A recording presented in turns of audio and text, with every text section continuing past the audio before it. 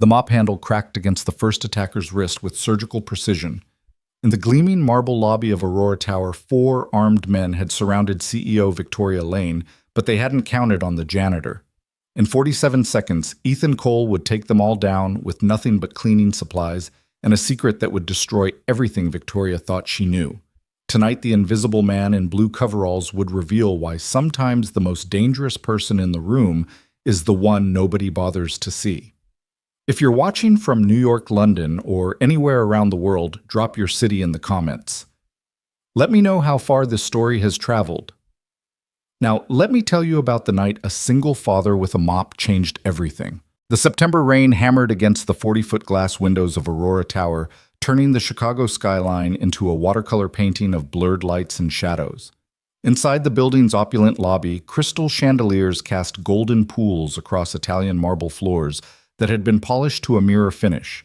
It was the kind of place where every surface whispered money, where every detail had been designed to intimidate and impress. The kind of place where people in $1,000 shoes never looked down, which meant they never saw the man pushing the mop. Ethan Cole had been invisible for 6 weeks now. It was a practiced invisibility perfected through years of training and refined through necessity. At 38, he had the kind of forgettable face that served him well, brown hair that was neither too long nor too short, eyes that shifted between green and gray depending on the light, and a build that was strong but not imposing. The blue maintenance coveralls he wore might as well have been an invisibility cloak. In a building full of people who measured worth by job titles and stock options, a janitor was less than furniture. Furniture at least had value. He guided his industrial mop across the lobby floor in smooth, practiced arcs, the rhythm as automatic as breathing. The yellow wet floor sign stood sentinel beside him, a beacon of caution that everyone ignored. They stepped around it over it sometimes through the very puddles he was cleaning their expensive shoes, leaving prints he would have to clean again. Not one of them looked at him. Not one of them saw him watching. And Ethan saw everything. He saw the way Victoria Lane's assistant Marcus always checked his phone exactly 3 times before the CEO arrived each morning, nervous tics betraying his constant anxiety. He saw how the security guards had grown lazy, their patrol patterns as predictable as clockwork, their attention more focused on their phones than their surroundings. He saw the blind spots where the cameras didn't reach the emergency exits that hadn't been tested in months, the places where shadows gathered like old secrets. But most importantly, he saw the 4 men who didn't belong. They had appeared 3 weeks ago, always in pairs, never together as a group.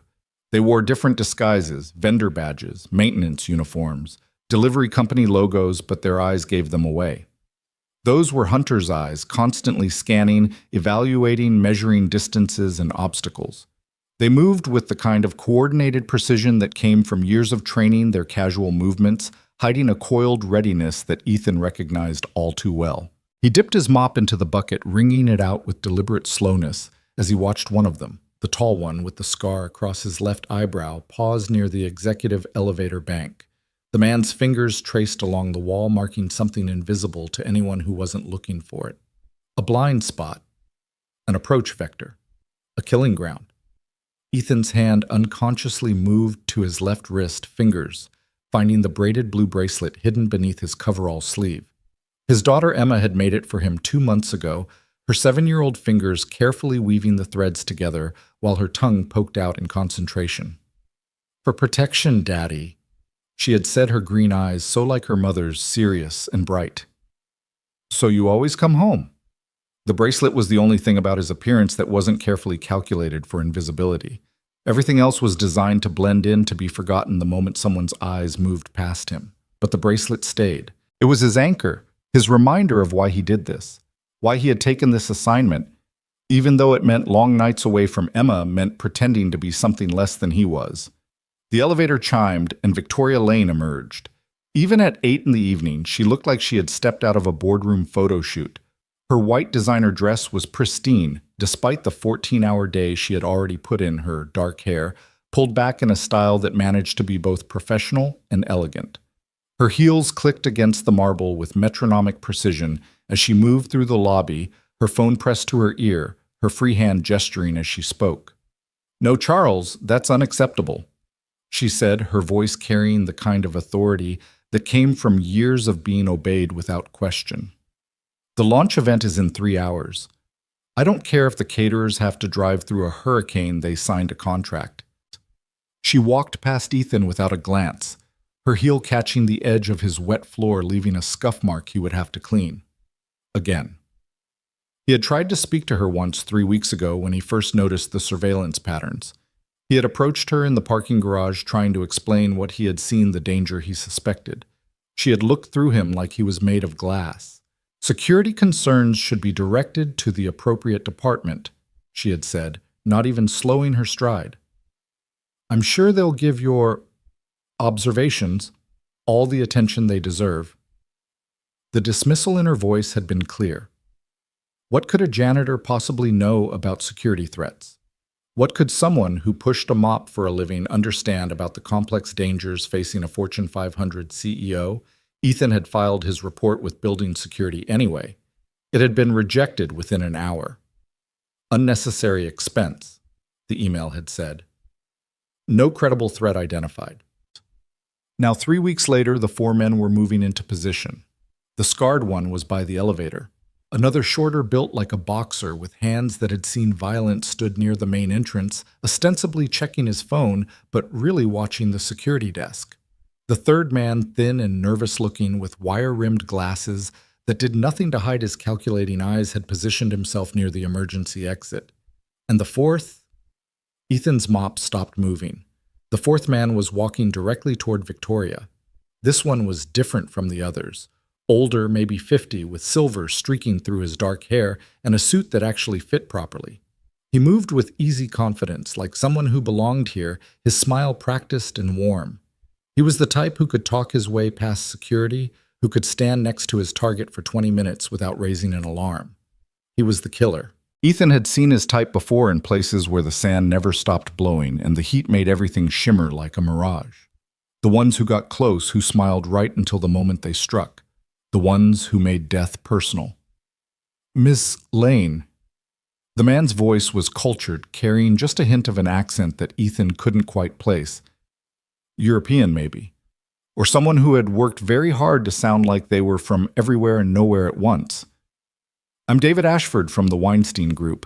I believe we have a mutual interest in the Arcadia acquisition. Victoria paused, her phone still pressed to her ear.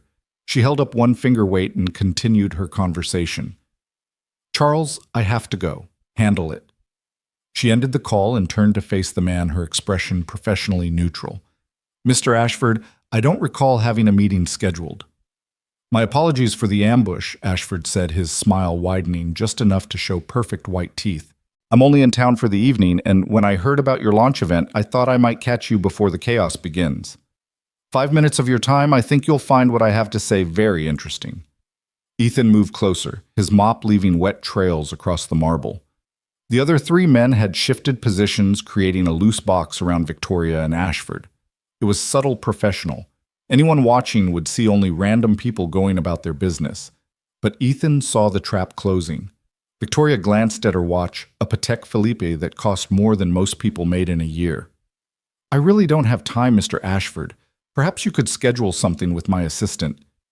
I'm afraid this can't wait. Something in Ashford's tone changed, a subtle hardening that made Victoria's eyes narrow.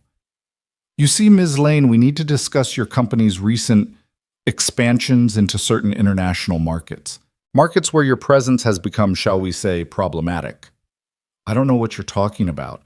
Victoria's voice had gone cold, the CEO mask sliding into place. And frankly, I don't appreciate the Mumbai operation, Ashford said quietly. The one your board doesn't know about. The one that's been skimming technology from Zhao Industries. Victoria went very still. Ethan's grip tightened on his mop handle. He knew that stillness. It was the moment before violence when the body made its choice between flight and fight. But Victoria had nowhere to run. The 4 men had positioned themselves perfectly, cutting off every exit without seeming to. I think, Ashford continued, his voice still pleasant, conversational, we should continue this discussion somewhere more private. My associates have a car waiting outside. I'm not going anywhere with you. Victoria's hand moved toward her purse, toward her phone, but the boxer-built man near the entrance shook his head slightly. A warning. "Oh, but you are." Ashford's smile never wavered. "You can walk out with us now quietly, and we can resolve this like civilized people. Or we can do this the hard way, and I promise you, Miss Lane, you won't enjoy that nearly as much." The lobby had maybe 20 people in it, all focused on their phones, their conversations, their own concerns. The security desk was 50 feet away, but the guard was watching a basketball game on his tablet, earbuds in. The whole thing would be over before anyone noticed something was wrong, unless someone intervened.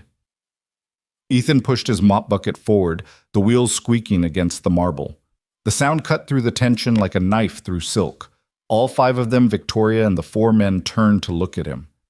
"Sorry," Ethan said, his voice pitched to carry just the right note of oblivious incompetence. "Need to clean up a spill over here. Someone dropped their coffee." He pushed the bucket between Victoria and Ashford, forcing the older man to step back. The yellow wet floor sign followed, placed with strategic precision right where the scarred man would have to move to maintain his position. "Excuse me," Victoria said, her voice sharp with irritation, and something else. Hope, maybe, or at least the recognition of an opportunity. "I need to—" "Ma'am, watch your step," Ethan said, moving his mop in wide arcs that forced everyone to shift positions, breaking up their carefully orchestrated formation. "Floor's real slippery. Wouldn't want anyone to fall." The thin man with glasses started moving closer, his hand reaching inside his jacket. Ethan pretended not to notice, but his weight shifted subtly, his grip on the mop handle adjusting. 20 pounds of industrial-grade wood and metal perfectly balanced. People always underestimated a mop. They thought of it as a cleaning tool, nothing more. They didn't think about the physics of it, the leverage, the reach, the solid weight of the handle. "You need to move along," Ashford said, his cultured voice developing an edge. "This is a private conversation." "Oh, sure, Ethan said, still playing the bumbling janitor. "Just let me get this spot right here." He swung the mop in a wide arc, sending a spray of soapy water across the boxer's expensive shoes. The man cursed, stepping back instinctively, his hand moving to his hip where a gun would be. "Watch it, you idiot," the boxer snarled. "So sorry, sir, so sorry." Ethan's voice was apologetic, but his eyes had gone cold, calculating distances and angles. 4 targets. Victoria caught in the middle. 20 civilians who would panic at the first sign of real violence. Security guards still oblivious. Cameras recording everything but help at least 3 minutes away, even if someone called now. 3 minutes was a lifetime in a fight. "Last warning," Ashford said, and now all pretense of civility was gone. "Walk away. Now." Ethan straightened slowly, his hands still on the mop handle. He looked at Ashford, then at Victoria, who was watching him with a mixture of confusion and growing alarm. She didn't recognize him as anything more than the janitor who cleaned her office, the invisible man she passed in the halls without seeing. But she was about to learn that sometimes the most dangerous person in the room is the one nobody bothers to notice. "You know," Ethan said, his voice different, now the bumbling tone replaced by something harder, more precise. "I've been watching you gentlemen for 3 weeks. You've been very professional, very careful. But you made one mistake." Ashford's eyes narrowed. "And what's that?" "You assumed the janitor was just a janitor." The transformation was instantaneous. The slouch disappeared, the shuffling gait replaced by perfect balance. The forgettable face sharpened, focused, dangerous. In one fluid motion, Ethan flipped the mop handle, the heavy wooden end, now a weapon the bucket kicked sideways to create an obstacle. "Run," he told Victoria, his voice carrying absolute command. "Now!" But Victoria stood frozen, her mind trying to process what she was seeing. The janitor she had dismissed, ignored, looked through for 6 weeks, was standing between her and 4 armed men with nothing but a mop and absolutely no fear in his eyes. The boxer moved first, his hand clearing his jacket, revealing the matte black pistol underneath. Ethan's mop handle snapped up and around in a tight arc, catching the man's wrist with a crack that echoed through the lobby. The gun went spinning across the marble floor as the boxer howled, cradling his broken wrist. The thin man with glasses was already moving, pulling a knife that caught the chandelier light. Ethan pivoted, using the mop's reach advantage, the wet strings wrapping around the man's ankle. A sharp pull sent him crashing to the floor, his glasses skittering away, the knife clattering out of reach. The scarred man came from the left, fast and low, trained in combat. Ethan met him with the bucket swinging it like a medieval flail. The impact sent soapy water exploding everywhere, but more importantly, it sent the scarred man stumbling backward, temporarily blinded. All of this had taken less than 5 seconds. People were starting to notice now. Someone screamed. Phones came out recording everything. The security guard finally looked up from his game, his mouth falling open in shock. Ashford hadn't moved. He stood perfectly still, watching Ethan with the kind of assessment that came from years of violence. His hand was inside his jacket, but he hadn't drawn his weapon yet. "Interesting," he said. "You're not really a janitor, are you?" "I'm exactly what I appear to be," Ethan replied, keeping the mop handle between them like a staff. "A man doing his job." "And what job would that be?" "Right now, making sure you don't leave this building with Ms. Lane." The boxer was getting back to his feet, his left hand reaching for a backup weapon. The thin man was crawling toward his knife. The scarred one was wiping soap from his eyes, murder in his expression. "You're outnumbered," Ashford observed, "and that mop won't stop bullets." "No," Ethan agreed, "but it doesn't have to." He smiled, then the kind of smile that had made hardened soldiers step back in places where the rules were written in blood. "You see, Mr. Ashford, you're not the only one who's been planning this. The difference is I've been planning for longer and I've got something you don't." "And what's that?" Ethan's hand found the blue bracelet on his wrist, his daughter's protection charm, and his smile widened. "I've got absolutely nothing to lose except her." He nodded toward Victoria, who was still standing frozen, her white dress a beacon in the chaos. "So here's what's going to happen. You and your men are going to walk out of here, now. Or I'm going to show everyone in this lobby and everyone watching on their phones exactly what a man with a mop can do when he stops pretending to be invisible." The lobby had gone silent except for the whisper of phones, recording the distant sound of sirens that someone had finally called and the drip of soapy water on marble. Ashford studied him for a long moment. Then he laughed low and appreciative. "You know what, I almost believe you could do it. Take down 4 armed men with nothing but cleaning supplies. It would be something to see. Try me." The tension stretched between them like a wire about to snap. The boxer's hand was on his backup gun. The thin man had his fingers on the knife. The scarred one had cleared his eyes and was reaching for something in his ankle holster. And Ethan stood in the middle of them all, a janitor with a mop protecting a CEO who didn't even know his name. 60 seconds, Ashford said suddenly. "That's how long before the police arrive. 60 seconds to finish this and disappear. We could do it. Kill you, take her, be gone before anyone processes what happened. You could try. Or," Ashford continued, "we could walk away. Postpone this conversation for another time, another place, when you're not around to interfere. I'll always be around. Will you?" Ashford's smile was cold. "Do you think she'll keep you close after this? Do you think Victoria Lane will want a janitor as her bodyguard? You'll go back to being invisible and we'll wait. We're very patient men." Ethan said nothing, but his grip on the mop handle tightened. "Tell me something," Ashford said. "What makes her worth it? What makes Victoria Lane worth risking your life when she doesn't even see you?" It was a good question.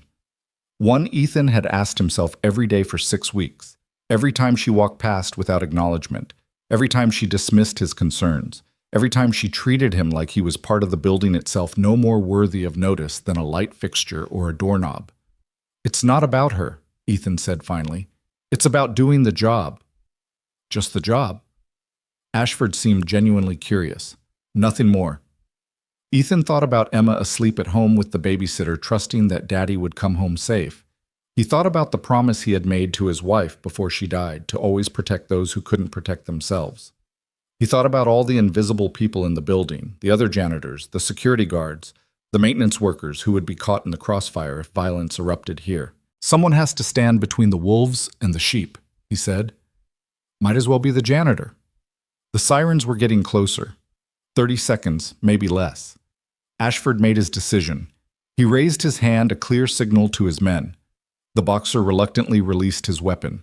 The thin man left his knife on the floor. The scarred one stood down, though his eyes promised this wasn't over. "Another time, then," Ashford said. He looked at Victoria, who had finally found her voice. "Who are you people?" she demanded. "What do you want?" "Ask your janitor," Ashford replied. "He seems to know more than you think." They walked out in perfect formation, professional to the end. They didn't run, didn't panic. They simply melted into the Chicago night as the first police cruiser screeched to a halt outside. Ethan lowered the mop handle, his body suddenly feeling the weight of the confrontation. His hands were steady. They always were in moments like this. But inside, the adrenaline was crashing through him like a tide. Victoria turned to him, her face a mixture of shock, confusion, and something that might have been the beginning of respect. "You're not really a janitor," she said. It wasn't a question. "I really am," Ethan replied, bending to pick up his bucket. "I just happen to be good at other things, too." "Who are you?" He looked at her, this woman who had ignored him for 6 weeks, who had dismissed his warnings, who had nearly paid the ultimate price for her arrogance. He could tell her the truth now. Show her the badge in his pocket, explain the investigation, reveal why he was really here. But the police were flooding in shouts and questions filling the air. Witnesses were pointing, explaining their versions of events already diverging from reality. And somewhere in the chaos, Ethan saw his supervisor from the cleaning company, his face a mask of confusion and concern. "I'm nobody," Ethan said, turning away. "Just the guy who cleans up messes." He started walking toward the supply closet, leaving Victoria standing in the middle of the lobby with soap suds at her feet and questions on her lips. But before he could disappear into the invisibility he had cultivated so carefully, her hand caught his arm. "Wait," she said. "I need to know." "No." Ethan interrupted, gently but firmly removing her hand. "You need to talk to the police. You need to figure out who those men really were and why they wanted you. You need to increase your security. Real security, not the joke you have now. But you saved my life. I did my job. Cleaning floors. Protecting people who can't protect themselves." She stared at him. And for the first time in 6 weeks, she actually saw him. Not just the uniform, not just the mop, but the man underneath. The intelligence in his eyes, the trained readiness in his stance, the careful way he positioned himself to watch every entrance, even now. "What's your name?" she asked. "Ethan," he said after a pause. "Ethan Cole." "Thank you, Ethan Cole." He nodded, then looked past her to where the police were setting up a perimeter, taking statements, trying to make sense of what had happened. His handler would want a report. The investigation was blown. There was no way he could maintain his cover after this. 6 weeks of careful work destroyed in 47 seconds of necessary violence. But Victoria Lane was alive, and 4 dangerous men had been exposed. Sometimes that had to be enough. "Ms. Lane," a police detective was calling, "we need to speak with you." She looked back at Ethan, but he was already moving away, slipping back into the role of the invisible janitor. By the time she turned back to look for him again, he had vanished into the labyrinth of service corridors and supply rooms that the important people never saw. In the supply closet, Ethan finally allowed himself a moment to breathe. His hands were shaking now, delayed reaction, the price of forcing calm during chaos. He pulled out his phone, knowing he needed to call this in, needed to report the blown cover and the attempted kidnapping. But first he looked at the blue bracelet on his wrist, Emma's protection charm, and allowed himself a small smile. "Still coming home, baby girl," he whispered. "Still coming home." The phone rang twice before a familiar voice answered. "Control." "This is Shepard," Ethan said, using his operational code name. "Cover's blown. Had to intervene." There was a pause. "Casualties?" "None. 4 hostiles exposed and withdrew. Target is secure." "Local law enforcement?" "On scene. They'll have questions." Another pause, longer this time. "You were supposed to observe and document Shepard, not engage. They were going to take her. That wasn't your call to make." Ethan's jaw tightened. "With respect, sir, it was exactly my call to make. That's why you put me here." A sigh crackled through the phone. "We'll send extraction in 6 hours. Maintain cover until then if possible." "Understood." "And Shepard, good work." The line went dead. Ethan tucked the phone away and looked at himself in the cracked mirror above the utility sink. 6 weeks of being invisible, of documenting every security breach, every suspicious activity, every sign of internal corruption at Aurora Corporation. He had enough evidence to bring down half the board of directors, to expose a network of corporate espionage that reached into 3 continents. But tonight, none of that mattered as much as the simple fact that Victoria Lane was alive. He picked up his mop and bucket, checking them for damage. The handle had a small crack where it had connected with the boxer's wrist, but it would hold. The bucket was dented but functional. Tools of the trade unremarkable and overlooked but effective in the right hands. Outside the supply closet, he could hear the chaos continuing. Police radios crackling, witnesses being interviewed, theories being formed that would probably be nowhere near the truth. By morning, there would be a dozen different versions of what happened, each one more elaborate than the last. But Ethan knew the truth. 4 men had come for Victoria Lane, and a janitor had stopped them with nothing but a mop and the element of surprise. He thought about Ashford's question, what makes her worth it? The answer wasn't complicated. It wasn't about Victoria Lane specifically. It was about the principle of the thing. The strong shouldn't be allowed to prey on the weak just because they can. Those with power shouldn't be permitted to destroy those without it simply because it's convenient. Someone had to stand in the gap, even if that someone was just a janitor with a troubled past and a talent for violence. His phone buzzed. A text from an unknown number, but Ethan recognized the routing signature. Ashford. This isn't over. She has something we need. Stay out of our way, or next time we won't be so civilized. Ethan deleted the message without replying. Let them come.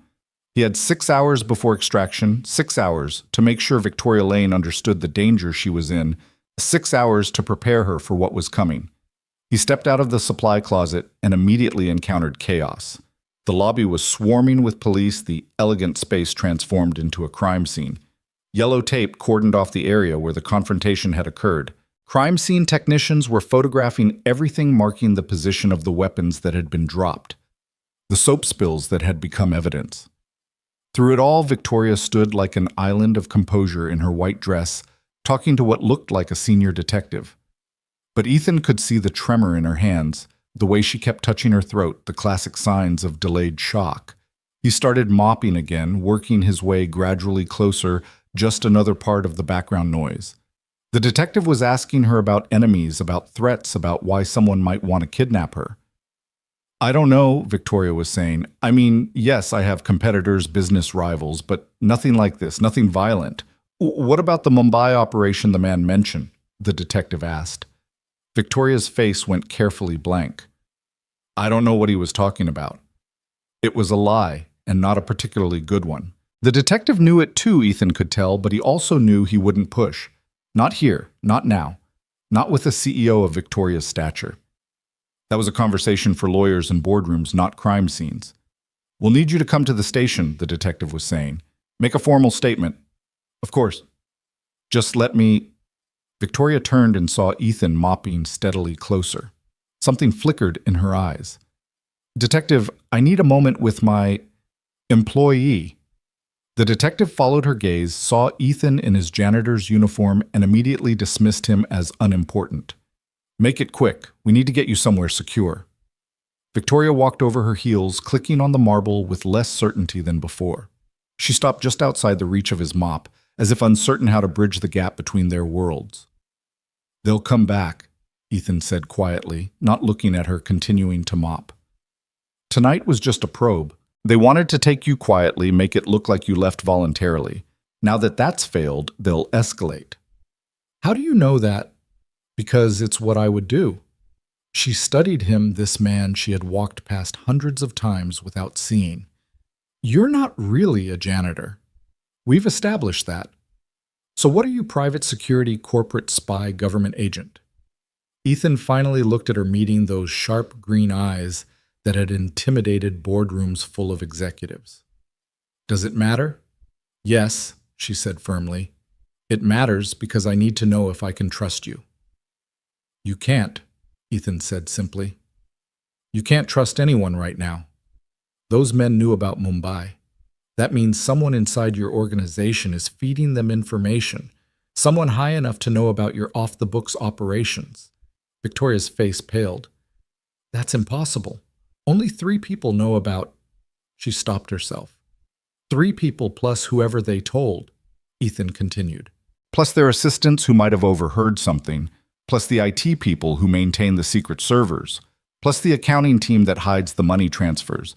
Secrets are like water, Ms. Lane. They always find a way to leak. You know about Mumbai. I know about a lot of things, including the fact that you're about to make a very stupid mistake. What mistake? You're about to go to the police station, make a statement that minimizes what happened here, then go home to your penthouse and pretend everything is fine. You'll increase your security, but you'll use the same company you've always used, the one that's already been compromised. You'll continue your normal routine because you don't want to show weakness. And within a week, you'll be dead. The words hit her like physical blows. You don't know. I know exactly, Ethan interrupted. I know because I've seen this pattern before. Powerful person gets threatened. Powerful person refuses to change their routine. Powerful person ends up in a body bag. Pride kills more CEOs than plane crashes. So what do you suggest? Disappear. Tonight. Go somewhere they won't expect, somewhere that's not in your normal pattern. Change everything, your routes, your schedule, your communications, and find someone you trust absolutely to help you figure out who's betraying you from the inside. I don't have anyone like that. Then you're already dead. The brutality of the statement made her step back. You're trying to scare me. I'm trying to save your life. Again. She looked around the lobby at the police and the witnesses and the evidence of violence that had erupted in her perfectly controlled world. When she looked back at Ethan, there was something different in her expression. Not just fear or gratitude, but a kind of desperate calculation. Help me, she said suddenly. I already did. No, I mean really help me. You obviously know how to handle yourself. You saw those men coming when my entire security team missed them. You know about Mumbai, which means you've been investigating me, which means you probably know more about my company's vulnerabilities than I do. Ethan kept mopping the rhythmic motion, helping him think. This wasn't part of the plan. He was supposed to extract in 6 hours, file his report, and move on to the next assignment. Getting personally involved with a target was against every protocol, every rule that had kept him alive through 15 years of intelligence work. But he thought about Emma, about the promise to always come home, and realized that sometimes staying alive wasn't the same as doing the right thing. I can't be your bodyguard, he said finally. That's not who I am. Then be my janitor, Victoria said, and there was something almost like humor in her voice. Be the invisible man who sees everything. Help me figure out who's trying to kill me and why.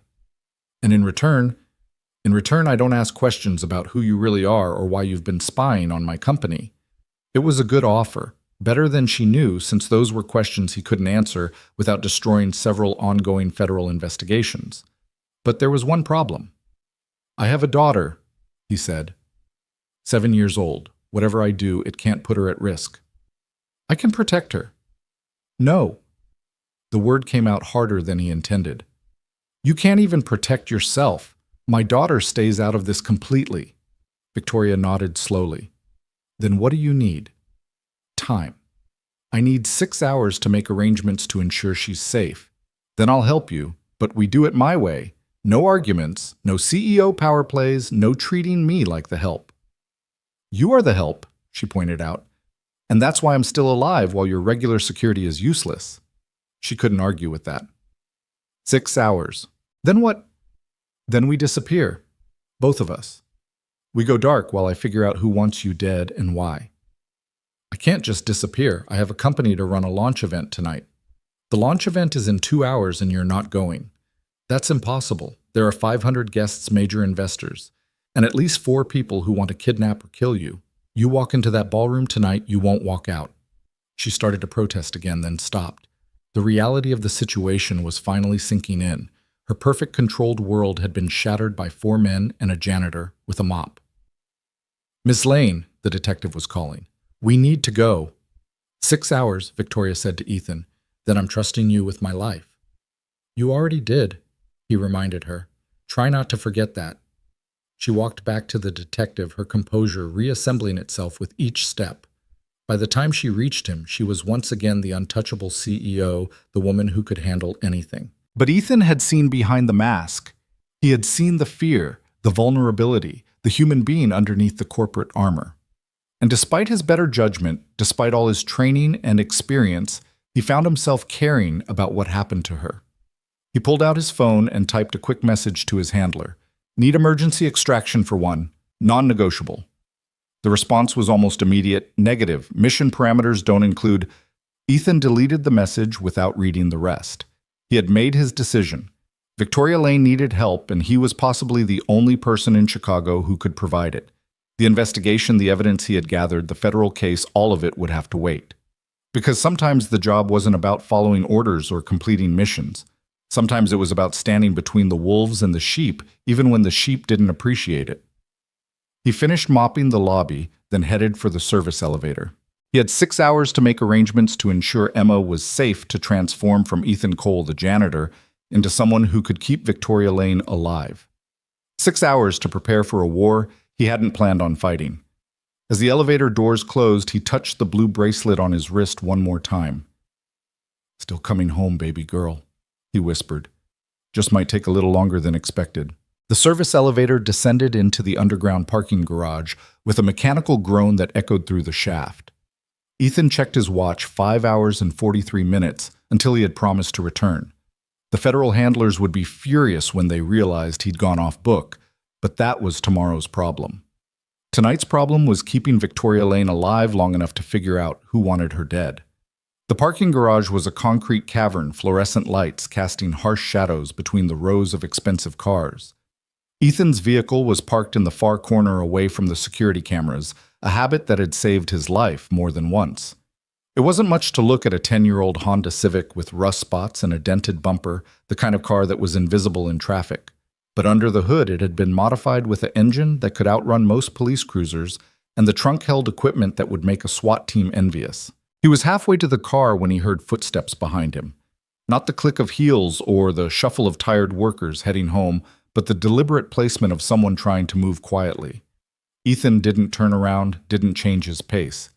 He simply shifted the mop handle in his grip and listened. 2 sets of footsteps, moving in coordination, professional. "Mr. Cole," a woman's voice called out. Not Victoria. Someone younger, with a slight accent he couldn't quite place. "We need to talk." Ethan stopped but didn't turn. "The building's closed for the night. Police orders." "We're not here about the building."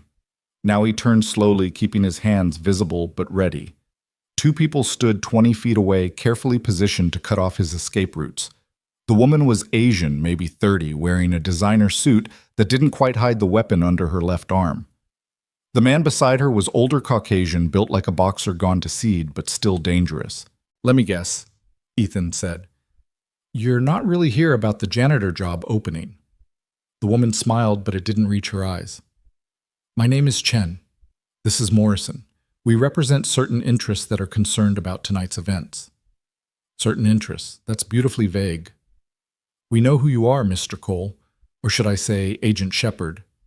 Ethan's expression didn't change, but internally alarms were screaming. His federal cover was blown. These people had sources inside the government, which meant this was bigger than a simple kidnapping attempt. "I think you have me confused with someone else," he said. "I'm just a janitor." "A janitor who took down 4 trained operatives with a mop." Morrison spoke for the first time, his voice gravely damaged. "A janitor who's been documenting every aspect of Aurora Corporation's operations for 6 weeks. A janitor whose daughter is currently at 4257 North Lakewood Avenue with a babysitter named Rosa Martinez."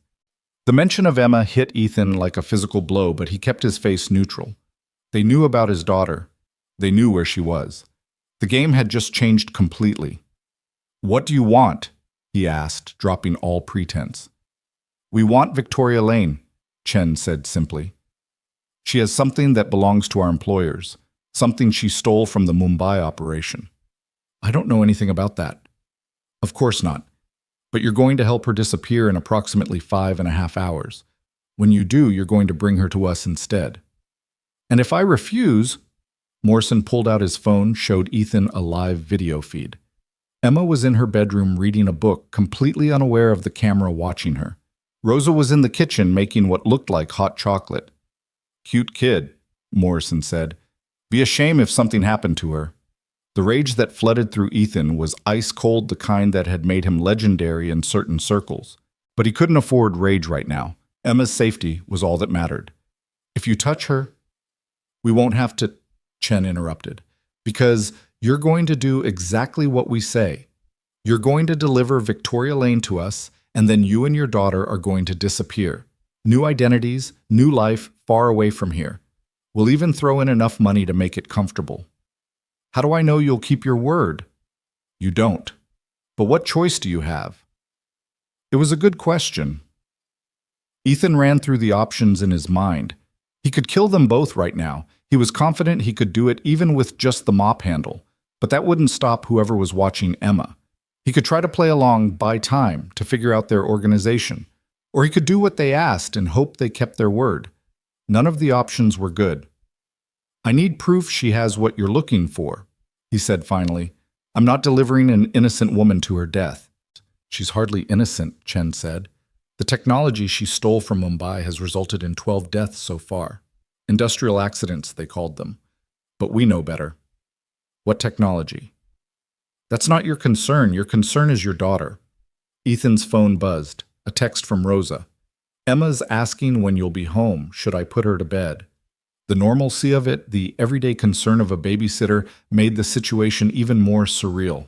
His little girl was waiting for him, trusting him to come home, while strangers watched her through hidden cameras. 5 hours, he said. "I need 5 hours to set things up." "You have 3, Chen countered. "And Mr. Cole." "Don't try to be clever. We have people everywhere. The moment you deviate from the plan, the moment you try to warn anyone, your daughter pays the price." They walked away, leaving Ethan standing alone in the parking garage with his mop and his rage. He waited until he heard their car leave, then pulled out his phone. Not his regular phone, that was certainly compromised. This was a burner he kept for emergencies, one that even his federal handlers didn't know about. He dialed a number from memory. It rang once. "Yeah?" The voice was rough, tired, suspicious. "Marcus, it's Shepard." There was a pause. "Jesus Christ, Ethan. That's a name I haven't heard in 3 years. Thought you were dead." "Might be soon. I need an extraction. My daughter. Tonight." "What kind of trouble are you in?" "The kind that watches little girls through bedroom cameras." Marcus cursed creatively in 3 languages. "How many bodies?" "None yet, but that might change." "Give me the address." Ethan rattled off his home address, then added, "There's a babysitter, Rosa Martinez. She's innocent, but they might have leverage on her too." "I'll handle it. Where do you want the package delivered?" "Safe House 7. You remember it? That shithole in Wisconsin?" "Yeah, I remember. You sure it's still secure?" "It better be. I paid for 10 years in advance." "This is going to cost you." "I know." "I don't mean money, Ethan. You're calling in your last marker. After this, we're even. You understand?" "I understand. 2 hours. I'll have her there in 2 hours." The line went dead. Ethan stood in the parking garage for another moment, calculating odds and angles. Marcus was good, former Delta Force turned private contractor.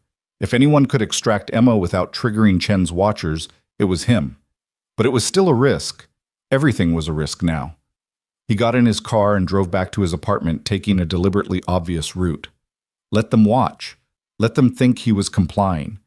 He parked in his usual spot and walked up to his unit like nothing was wrong, even waving to Mrs. Patterson from 3B, who was walking her ancient poodle. Inside, Rosa looked up from the kitchen table where she was doing homework. "Mr. Cole, I wasn't expecting you for hours." "Got off early, what?" he said, forcing a smile. "How's Emma?" "Perfect angel as always. She finished her homework, ate all her dinner, and she's in her room reading.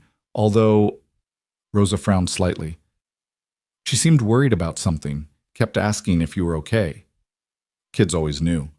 They could sense when something was wrong, even when adults tried to hide it.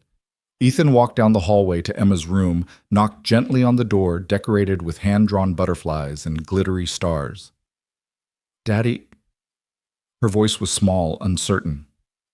He opened the door to find her sitting on her bed, surrounded by stuffed animals and books. She was wearing her favorite pajamas, the ones with rockets and planets, and her dark hair was pulled back in the braids Rosa had done for her. "Hey, baby girl."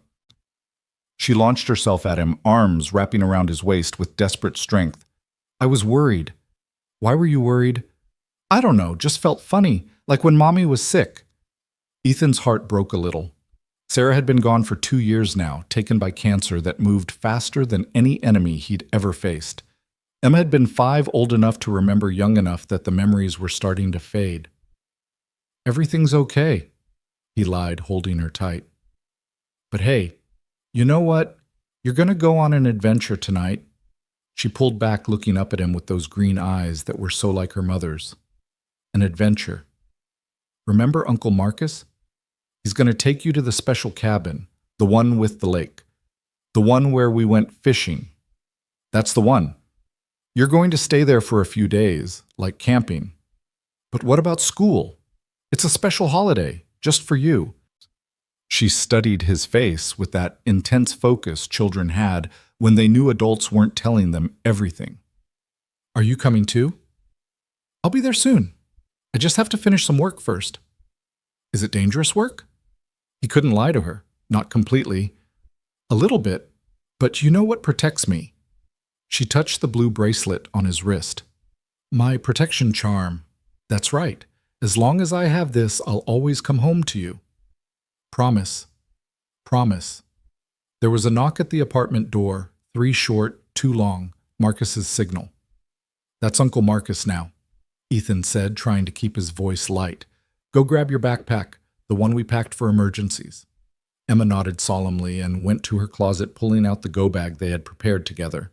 It was a game they played, he had told her, being ready for adventures. Inside was everything she would need for a week. Clothes, toiletries, her favorite stuffed bear, and a photo of the 3 of them from before Sarah got sick. Marcus was waiting in the living room, and he looked exactly the same as he had 3 years ago. 6'4", built like a linebacker with scars that told stories he'd never share. But his eyes softened when he saw Emma. "Hey there, little warrior, he said, dropping to one knee. "Ready for an adventure?" "Uncle Marcus?" She hugged him, then looked back at Ethan. "Daddy has dangerous work." "I know." Marcus said, his eyes meeting Ethan's over her head. "That's why I'm going to keep you extra safe until he's done." Rosa was packing up her things, confused, but not questioning. Ethan handed her $300. "For your trouble. Take a few days off." "Is everything okay, Mr. Cole?" "Family emergency, nothing to worry about." She left, and Ethan knew that Chen's people were probably already following her. But Rosa didn't know anything, couldn't tell them anything. She was just collateral damage in a game she didn't even know was being played. 2 minutes, Marcus said quietly. "Then we need to move." Ethan knelt in front of Emma, memorizing her face. "I love you more than all the stars in the sky." "And I love you more than all the fish in the sea," she replied, completing their ritual. "Be good for Uncle Marcus." "Be safe, Daddy." And then they were gone. Marcus carrying her backpack, his other hand resting casually near the concealed weapon under his jacket. Ethan watched from the window as they got into a nondescript van and drove away. No one followed. Chen's people were either very good at surveillance or they were letting Emma go. He hoped it was the latter, but planned for the former. His phone rang. Not the burner, his regular phone. Victoria Lane's name appeared on the screen. "Ms. Lane." "They let me go." Her voice was shaky, exhausted. "The police. They took my statement and let me go. But Mr. Cole, Ethan, I don't feel safe. There are cars outside my building that weren't there before. People watching." "Where are you exactly?" "In my penthouse, 32nd floor. I canceled the launch event, told everyone I had food poisoning. The board is furious, but listen carefully to..." Ethan interrupted. "In exactly 1 hour, you're going to receive a delivery. A large package that requires your personal signature. When it arrives, you're going to tell your security that it's confidential documents from the Mumbai office. You're going to take it into your home office alone. Do you understand? What kind of package? The kind that will keep you alive. 1 hour. Be ready." He hung up and got to work. The apartment transformed from a simple living space into an operational center. He pulled equipment from hidden compartments, weapons, communications gear, surveillance countermeasures. The mop handle unscrewed to reveal a blade that could cut through body armor. The bucket had a false bottom hiding flashbang grenades. Everything a janitor needed for a very bad night. He called Marcus on the burner. Package secure. 15 minutes out from safe house. No tail. Anyone try to stop you? 2 cars showed interest.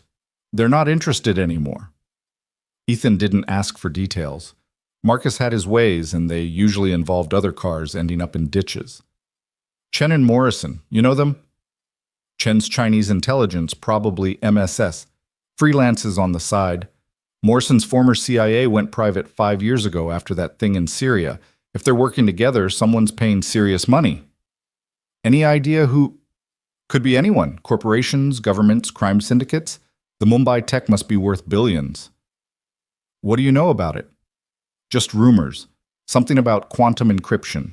The kind of thing that could break any security system in the world, or make one that's absolutely unbreakable. Either way, it's a game changer. That explained why everyone wanted it, and why they were willing to kill for it. Marcus, I need one more thing. You're pushing it, Shepard. I know, but I need you to check on someone.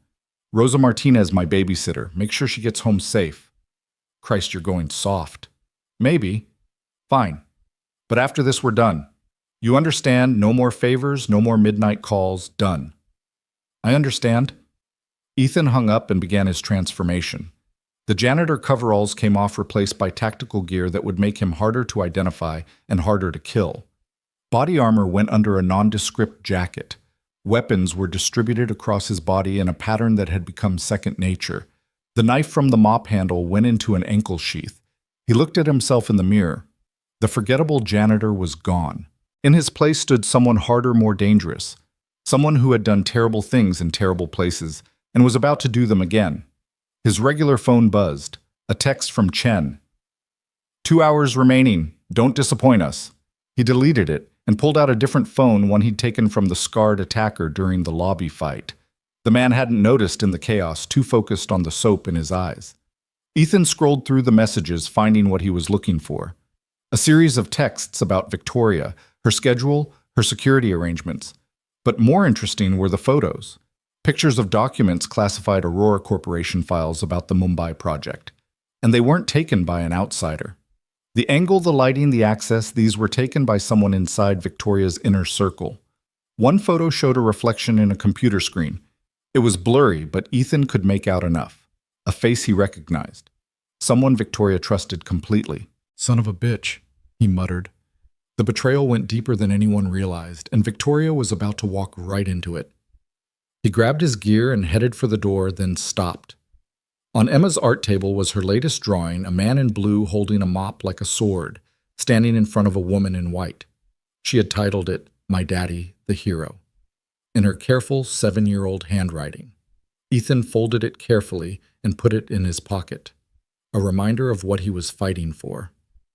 The drive to Victoria's building took 20 minutes. He parked 3 blocks away and approached on foot, noting the surveillance Chen had mentioned. 2 cars with tinted windows. A van that was trying too hard to look like a delivery vehicle. At least 1 spotter on the roof of the building across the street. They were good, but they were obvious if you knew what to look for, which meant they wanted to be seen. They wanted Victoria scared off balance, ready to make mistakes. Ethan entered through the loading dock using the maintenance codes he'd memorized weeks ago. The night security guard barely looked up from his magazine. Just another invisible worker doing invisible work. The service elevator took him to the 31st floor. From there he accessed the maintenance shaft that ran between floors. It was a tight fit with all his gear, but it was also completely off the security grid. In his 6 weeks of reconnaissance, he'd mapped every blind spot in the building. He emerged in Victoria's laundry room, dust and insulation in his hair, but otherwise silent. The penthouse was enormous, 5,000 square feet of marble and glass, and contemporary art that cost more than most people's houses. But it was also a trap. One way in through the private elevator windows that didn't open, no secondary exits except the emergency stairs that were certainly being watched. Victoria was in her office staring at her computer screen. She changed out of the white dress into jeans and a sweater, looking more human than he'd ever seen her. When he appeared in her doorway, she nearly screamed. "Jesus, how did you—" "Questions later," he said, moving to the window. The spotter was still there, scope glinting in the streetlight. "We have maybe 40 minutes before they realize I'm here." Before who realizes Ethan what's going on? He turned to face her decision time. Tell her the truth and risk her reaction, or keep her in the dark and risk her making a fatal mistake. The men who tried to take you tonight, they want something you took from Mumbai. Quantum encryption technology. Her face went pale. How do you know about that? Because everyone knows about it. Chinese intelligence, private military contractors, probably half the criminal organizations in the world. You stole something that could destabilize global security, and now everyone wants it. I didn't steal anything. It was developed by my company, using research taken from a Chinese laboratory, research that was itself stolen from an American defense contractor, who probably stole it from the Russians. That's how this game works, Ms. Lane. There's no clean ownership, just whoever has it last. She sank into her chair. Mr. Ashford, the man, tonight he said people had died. 12 so far. The Chinese research team, they were eliminated to prevent them from recreating the technology. Oh God. Where is it? The encryption key or whatever it is? She looked at him sharply. Why? So you can take it. So I can keep you alive. They think you have it as long as they believe that you're valuable. The moment they learn otherwise, I don't have it. The words hung in the air like a death sentence. What do you mean you don't have it? I mean, it's not here. It's not in some vault or safety deposit box. The technology, it's not a device or a program. It's an algorithm, a mathematical proof that only exists in one place. Where, she tapped her temple. Here, in the head of the person who actually created it. Who? Dr. James Park, my chief technology officer. He memorized the entire algorithm, then destroyed all records of it. He said it was too dangerous to exist in any form that could be stolen. Ethan processed this information, puzzle pieces clicking into place. Park's the one who betrayed you. That's impossible. James has been with me for 10 years. He's like family. He's the one who told them about Mumbai. He's been feeding them information, probably promised them the algorithm in exchange for something.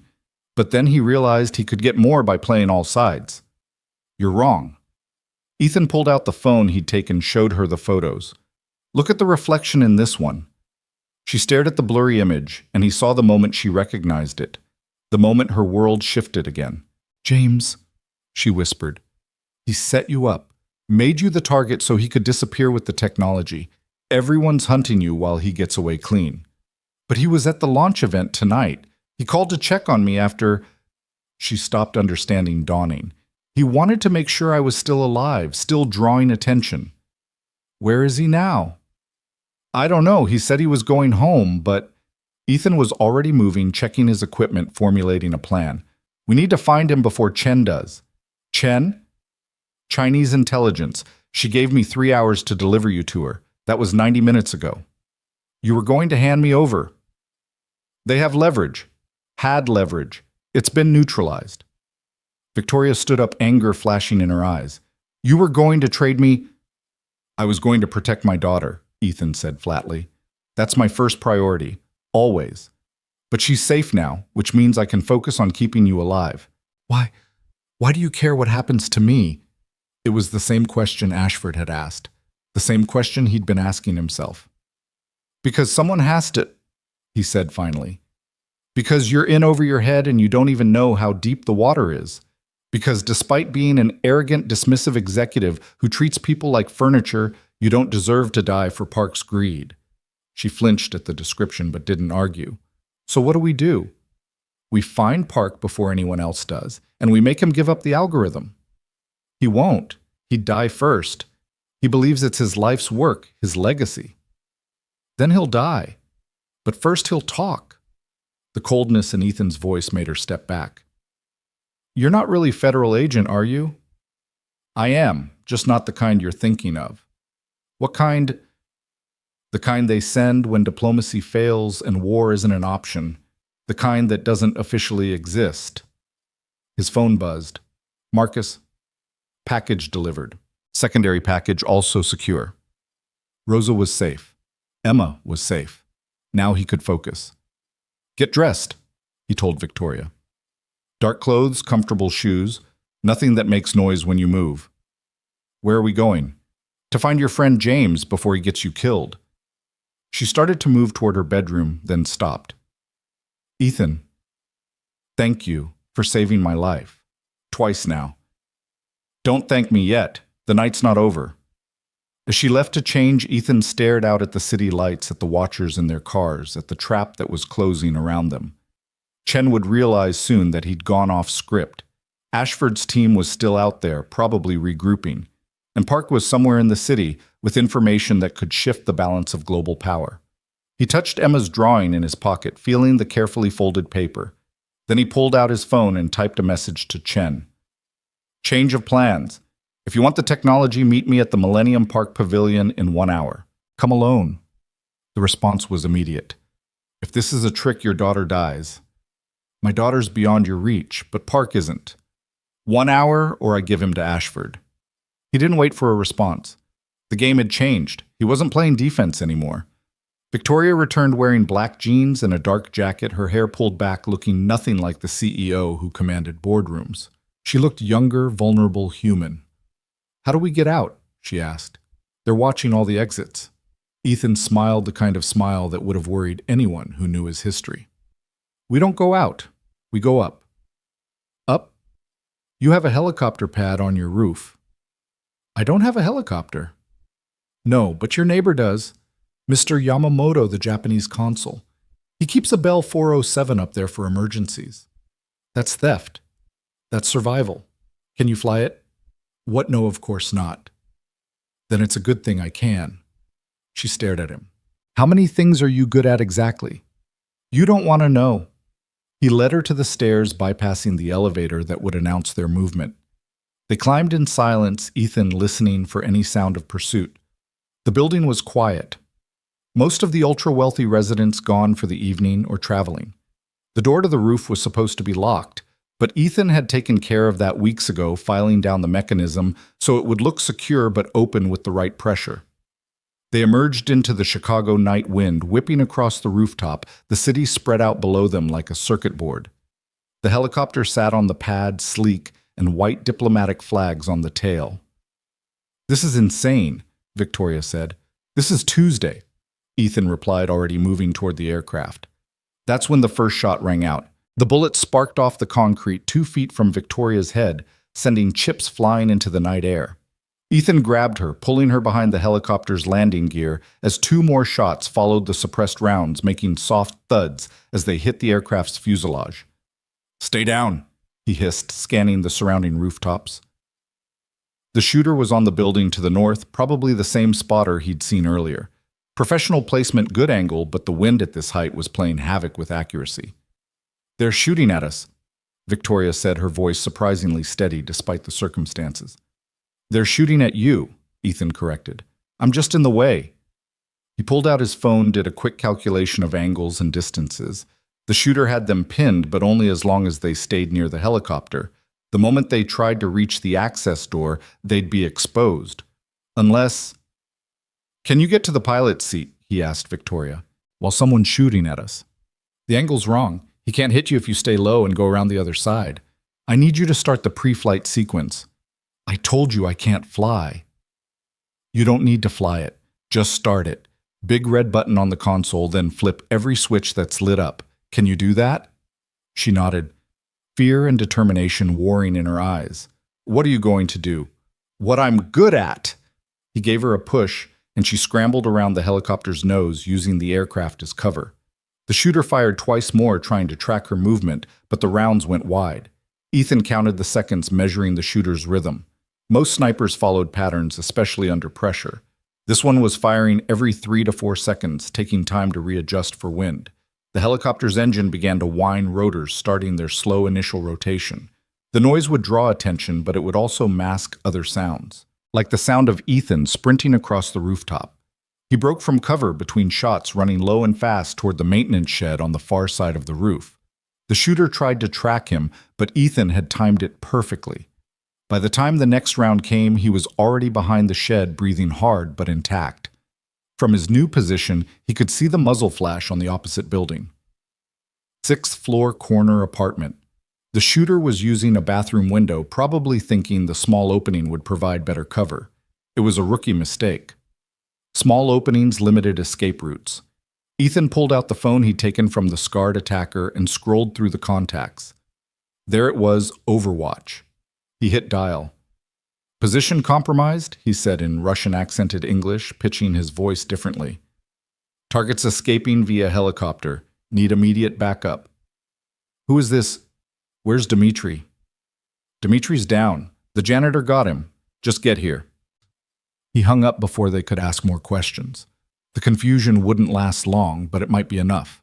Already he could hear sirens in the distance. Someone had reported the gunfire. The helicopter's rotors were picking up speed, the downwash starting to affect visibility. Victoria was still in the pilot's seat, and from her frantic movement she was hitting every button she could find. The navigation lights came on then, the searchlight which swept across the rooftop like a prison break scene. Another shot, this one hitting the helicopter's tail section. The shooter was getting desperate, taking riskier shots. That meant he'd been ordered to stop them at all costs. Ethan made his decision. He pulled out the compact Glock he'd taken from his apartment. Arsenal checked the magazine 15 rounds and did the math. Distance to the shooter approximately 200 yards. Effective range of the Glock 50 yards for accurate fire. Wind speed at this height gusting to 20 miles per hour. It was an impossible shot, which meant the shooter wouldn't expect it. He stepped out from behind the shed and started firing. Not at the shooter, that would have been pointless, but at the windows around him. Glass shattered, the sound carrying across the night. The psychological effect was immediate. The sniper pulled back, self-preservation overriding his mission. "Now!" Ethan shouted to Victoria. "Get in the passenger seat!" She scrambled over as he ran for the helicopter, diving through the open door as another shot cracked past. He grabbed the controls muscle memory from 100 missions taking over. The aircraft was already warmed up, Victoria's button pushing having accidentally completed most of the startup sequence. "Buckle up," he said, pulling on the collective. The helicopter lifted off just as the roof access door burst open. 3 men emerged, weapons raised, but it was too late. They were already 20 feet up and climbing the Chicago night spreading out below them. "Oh God, oh God, oh God," Victoria was chanting, gripping her seat with white knuckles. "You're fine," Ethan said, banking hard to the left to avoid any potential rocket-propelled grenades. "Just don't look down." "Where are we going?" "First, we're going to make them think we're heading for the airport, then we're going to disappear." He flew low, threading between buildings, using the urban landscape as cover. The helicopter wasn't made for this kind of flying, but it was responding well enough. Behind them he could see lights, police probably, though Chen's people might have their own aircraft. His phone buzzed. "Chen, very clever, but you just signed your death warrant." He handed the phone to Victoria. "Text her back. Tell her Park's at the Millennium Park Pavilion. Tell her she has 30 minutes before Ashford gets there." "But that's not true." "No, but she doesn't know that. And neither does Ashford, who's certainly monitoring her communications." Victoria typed the message, her fingers shaking slightly. "You're playing them against each other. While we go after the real prize. Park. Park." Ethan banked right, heading toward the lake. Where would he go if he knew everyone was hunting him? Where would he feel safe? Victoria thought about it. His boat! He has a yacht moored at Belmont Harbor, the Quantum Leap. He practically lives on it during the summer. Of course he named it that. Ethan adjusted their heading. How big? 60-footer. Full electronic suite, satellite communication, the works. He could run his entire operation from there. And sail to international waters if things got hot. You think he's planning to run? I think he's been planning this for months. The betrayal, the misdirection making you the target. He's probably already transferred his money offshore, set up new identities. All he needs is to get 12 miles out, and he's in international waters. The harbor appeared below them, hundreds of boats bobbing in their slips. Ethan brought the helicopter down low, skimming just above the water. The move was illegal and dangerous, but it would keep them off civilian radar. There, Victoria pointed. Slip 47. The big one with the blue hull. Ethan could see it lit up like a Christmas tree. Park was definitely aboard, and from the activity on deck, he was preparing to leave. Two men were working on the mooring lines while Park himself was visible in the wheelhouse. He's got security, Ethan noted. Professional by the look of them. James always traveled with bodyguards, said it was necessary given the sensitive nature of his work. More likely he knew this day would come. Ethan brought the helicopter around looking for a place to land. The harbor parking lot was too exposed, but there was a small park nearby, dark and empty at this hour. He sat down between two rows of trees, the rotors whipping branches into a frenzy. "Stay here," he told Victoria, shutting down the engine. "Like hell, James betrayed me. I'm coming with you." "You're a liability. You have no training. I have something better. I have his trust. Whatever he's become, he still thinks of me as a friend. I can get close. Or he'll shoot you the moment you appear. Then why hasn't he run already? He knows I'm alive, knows I'm a target. If he wanted me dead, he could have arranged it, but he didn't." She had a point. Park's behavior didn't fit someone who wanted Victoria eliminated. It fit someone who was using her as a distraction, but didn't necessarily want her dead. "Fine," Ethan said.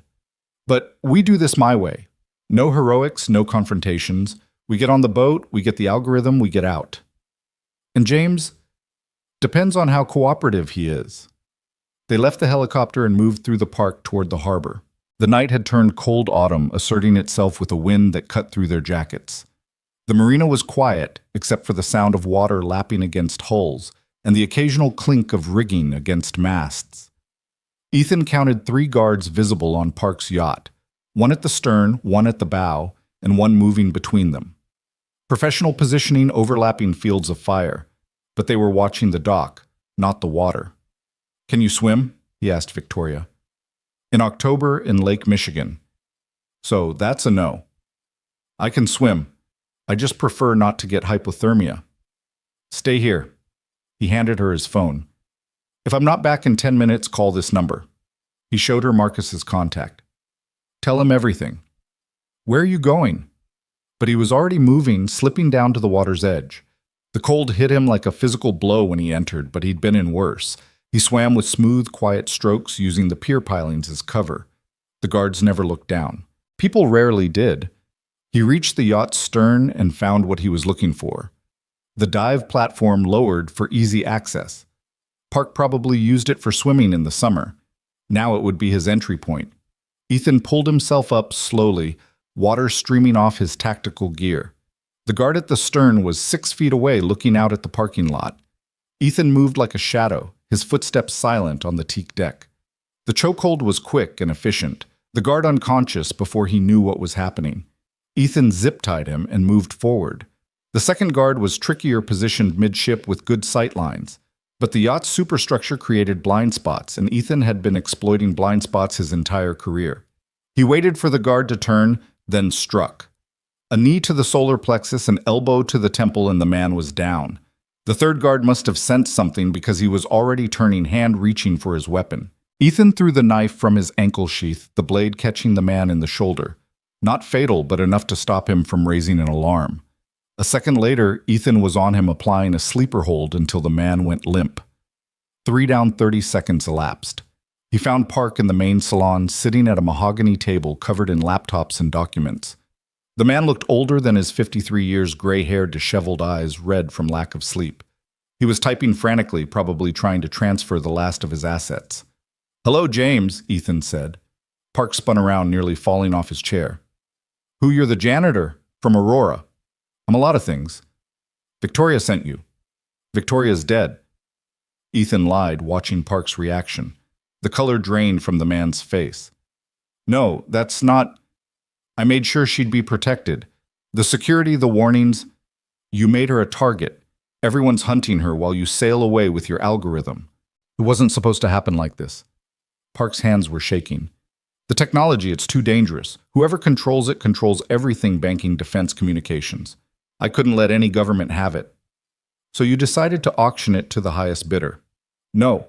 I was going to destroy it, all of it. But then they came Chen Ashford, others. They knew what I'd created. They threatened everyone I cared about. So you gave them Victoria instead." "I gave them a distraction." She was supposed to be protected. Her security that you deliberately weakened by recommending budget cuts. Park's guilty expression was all the confirmation Ethan needed. The algorithm, Ethan said. Give it to me and this ends. I can't. It's not written down anywhere. It only exists. In your head, I know, so start talking. It would take hours to explain, the mathematical proofs alone. Then we better get started.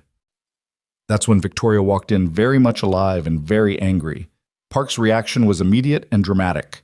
He stumbled backward, knocking over his laptop, his face cycling through relief, confusion, and fear. Hello, James, Victoria said, her voice cold enough to frost the windows. Victoria, you're alive. Thank God You thought I was dead because that's what you planned. Make me the target, let them kill me, then disappear with your precious algorithm. No, I would never. Stop lying. The fury in her voice made both men step back.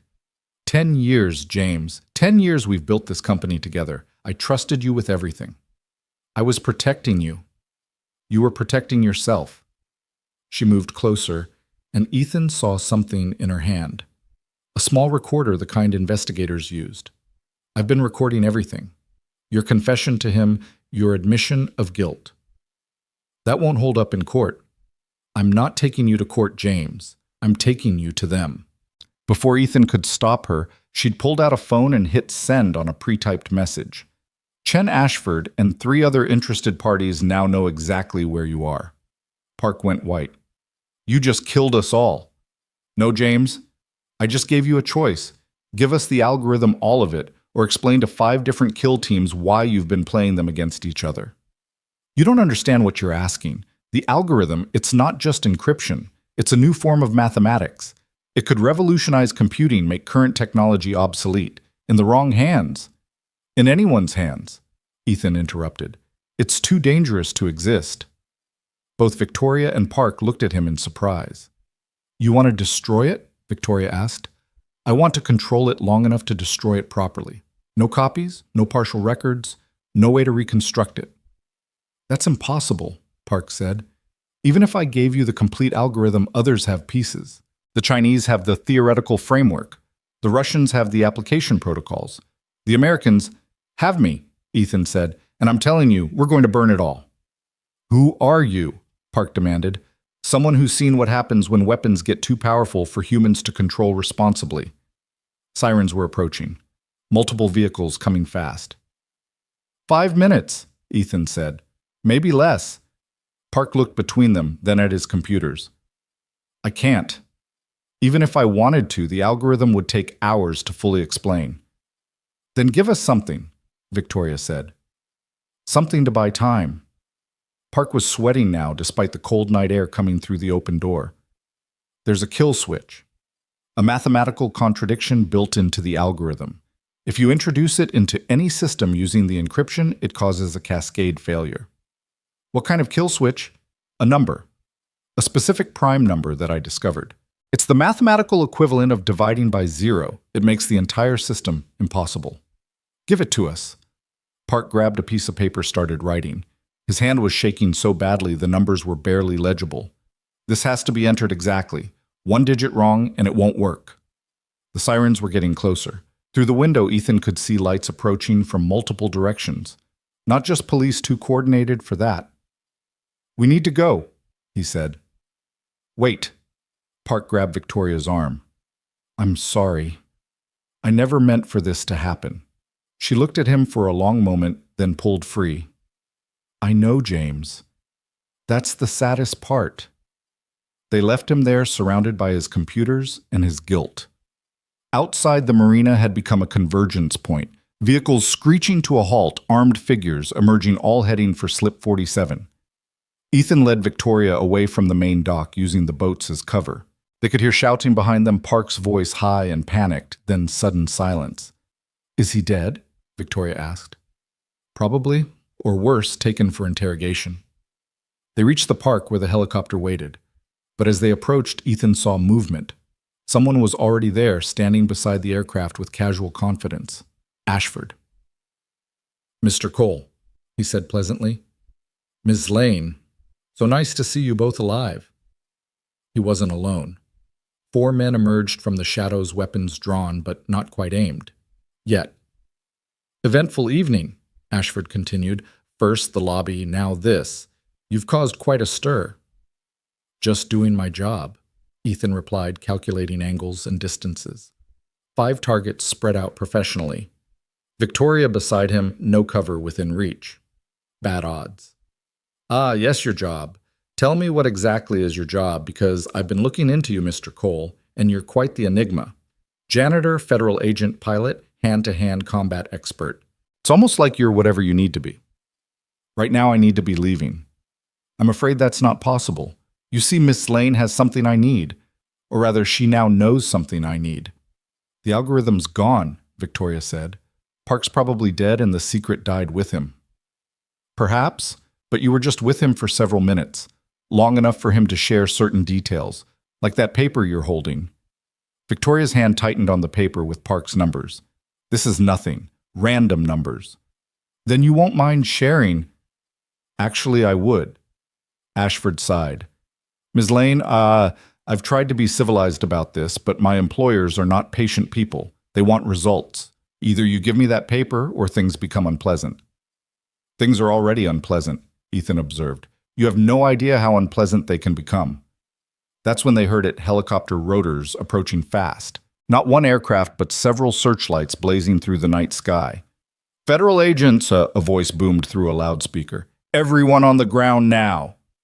Ashford's team hesitated, looking to their leader for guidance. It was the moment Ethan had been waiting for. He grabbed Victoria and dove behind a concrete planter as the world exploded into chaos. The FBI tactical teams fast-roped from their helicopters' boots, hitting the ground with practiced precision.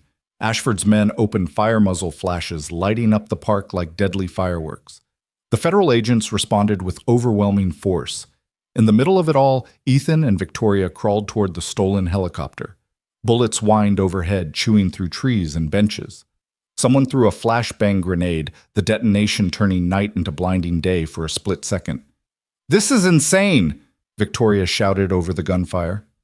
"Welcome to my world," Ethan replied, pulling her behind the helicopter's landing gear. He could see Ashford falling back with 2 of his men disciplined even in retreat. The FBI was winning through sheer numbers, but it was costing them. At least 2 agents were down, their teammates dragging them to cover. The stolen helicopter's fuel tank took around aviation fuel, spilling onto the ground. One spark, and they'd all be incinerated. "We need to move," Ethan said. "Where we're surrounded." She was right. FBI on one side, what was left of Ashford's team on the other, and Chen's people were probably minutes away. That's when Ethan saw him. Marcus positioned on a rooftop 200 yards away with a rifle. Their eyes met across the distance, and Marcus gave a slight nod. "When I say run, you run," Ethan told Victoria. "Straight toward the lake. Don't stop. Don't look back." "What about you?" "I'll be right behind you." Marcus's rifle spoke the shot, taking out the searchlight on the lead FBI helicopter. In the sudden darkness, Ethan pushed Victoria. "Run!" They sprinted through the chaos using the confusion as cover. Behind them, the stolen helicopter's fuel found an ignition source. Maybe a hot round. Maybe a deliberately thrown flare. The explosion shook the ground, a ball of fire rising into the night sky. The blast knocked them forward, Ethan covering Victoria with his body as debris rained down. His ears were ringing, vision blurred, but he forced himself up, pulling her with him. The marina was just ahead, boats rocking from the explosion's shockwave. Ethan spotted what he was looking for, a small speedboat keys still in the ignition. Probably belonged to someone who'd come to check on their yacht and fled when the shooting started. "Get in," he ordered Victoria. She collapsed into the passenger seat, clutching Park's paper like a lifeline. Ethan started the engine, casting off the lines with quick, efficient movements. They were pulling away from the dock when Chen appeared at the water's edge. She didn't shoot, didn't shout. She just watched them go with those cold, calculating eyes. Then she raised her phone to her ear, and Ethan knew this wasn't over. It had barely begun. The speedboat cut through the dark water, Chicago's skyline glowing behind them. Victoria was shaking, shock finally setting in. "Where are we going?" she asked. "Somewhere safe." "Does that place exist?" Ethan thought about Emma hopefully asleep in the safe house in Wisconsin. He thought about the paper in Victoria's hand, potentially holding the key to destroying a technology that should never have existed. He thought about the bodies piling up, the global powers converging on Chicago, the war that was about to erupt over mathematics and ambition. "We'll make it exist," he said. Behind them, the fire from the helicopter reflected off the water like a funeral pyre for the old world. Ahead lay darkness and uncertainty, but also possibility. The boat disappeared into the night, two people carrying the weight of a secret that could change everything, pursued by enemies who would stop at nothing to possess it. And somewhere in Wisconsin, a 7-year-old girl slept peacefully, unaware that her father was fighting to make sure she grew up in a world where some weapons were too dangerous to exist. The speedboat's engine hummed through the darkness as Ethan navigated by memory and instinct. The further they got from shore, the more the city lights looked like dying stars. Victoria hadn't spoken for 10 minutes, her knuckles white as she gripped both the seat and Park's paper. "We can't run forever," she finally said. "We don't need forever, just long enough." "Long enough for what?" "To make them believe the algorithm is gone." She turned to look at him, her face pale in the boat's dim running lights. "But it's not gone. This kill switch, if it's real, if it works, it's just another version of the weapon. Which is why we're going to destroy it too, after we use it." "Use it how?" Ethan adjusted their course, aiming for a point on the shore he'd scouted weeks ago. "Every major intelligence agency in the world is about to converge on Chicago. They'll tear the city apart looking for you, for Park, for any trace of the algorithm. But what if we give them something else to focus on? Like what? Like proof that the algorithm is already being used against them." Victoria was quiet for a moment, processing. "You want to use the kill switch to crash their own systems. Make them think someone else has the algorithm and is attacking them. Mutual paranoia. They'll turn on each other, accuse each other of stealing it.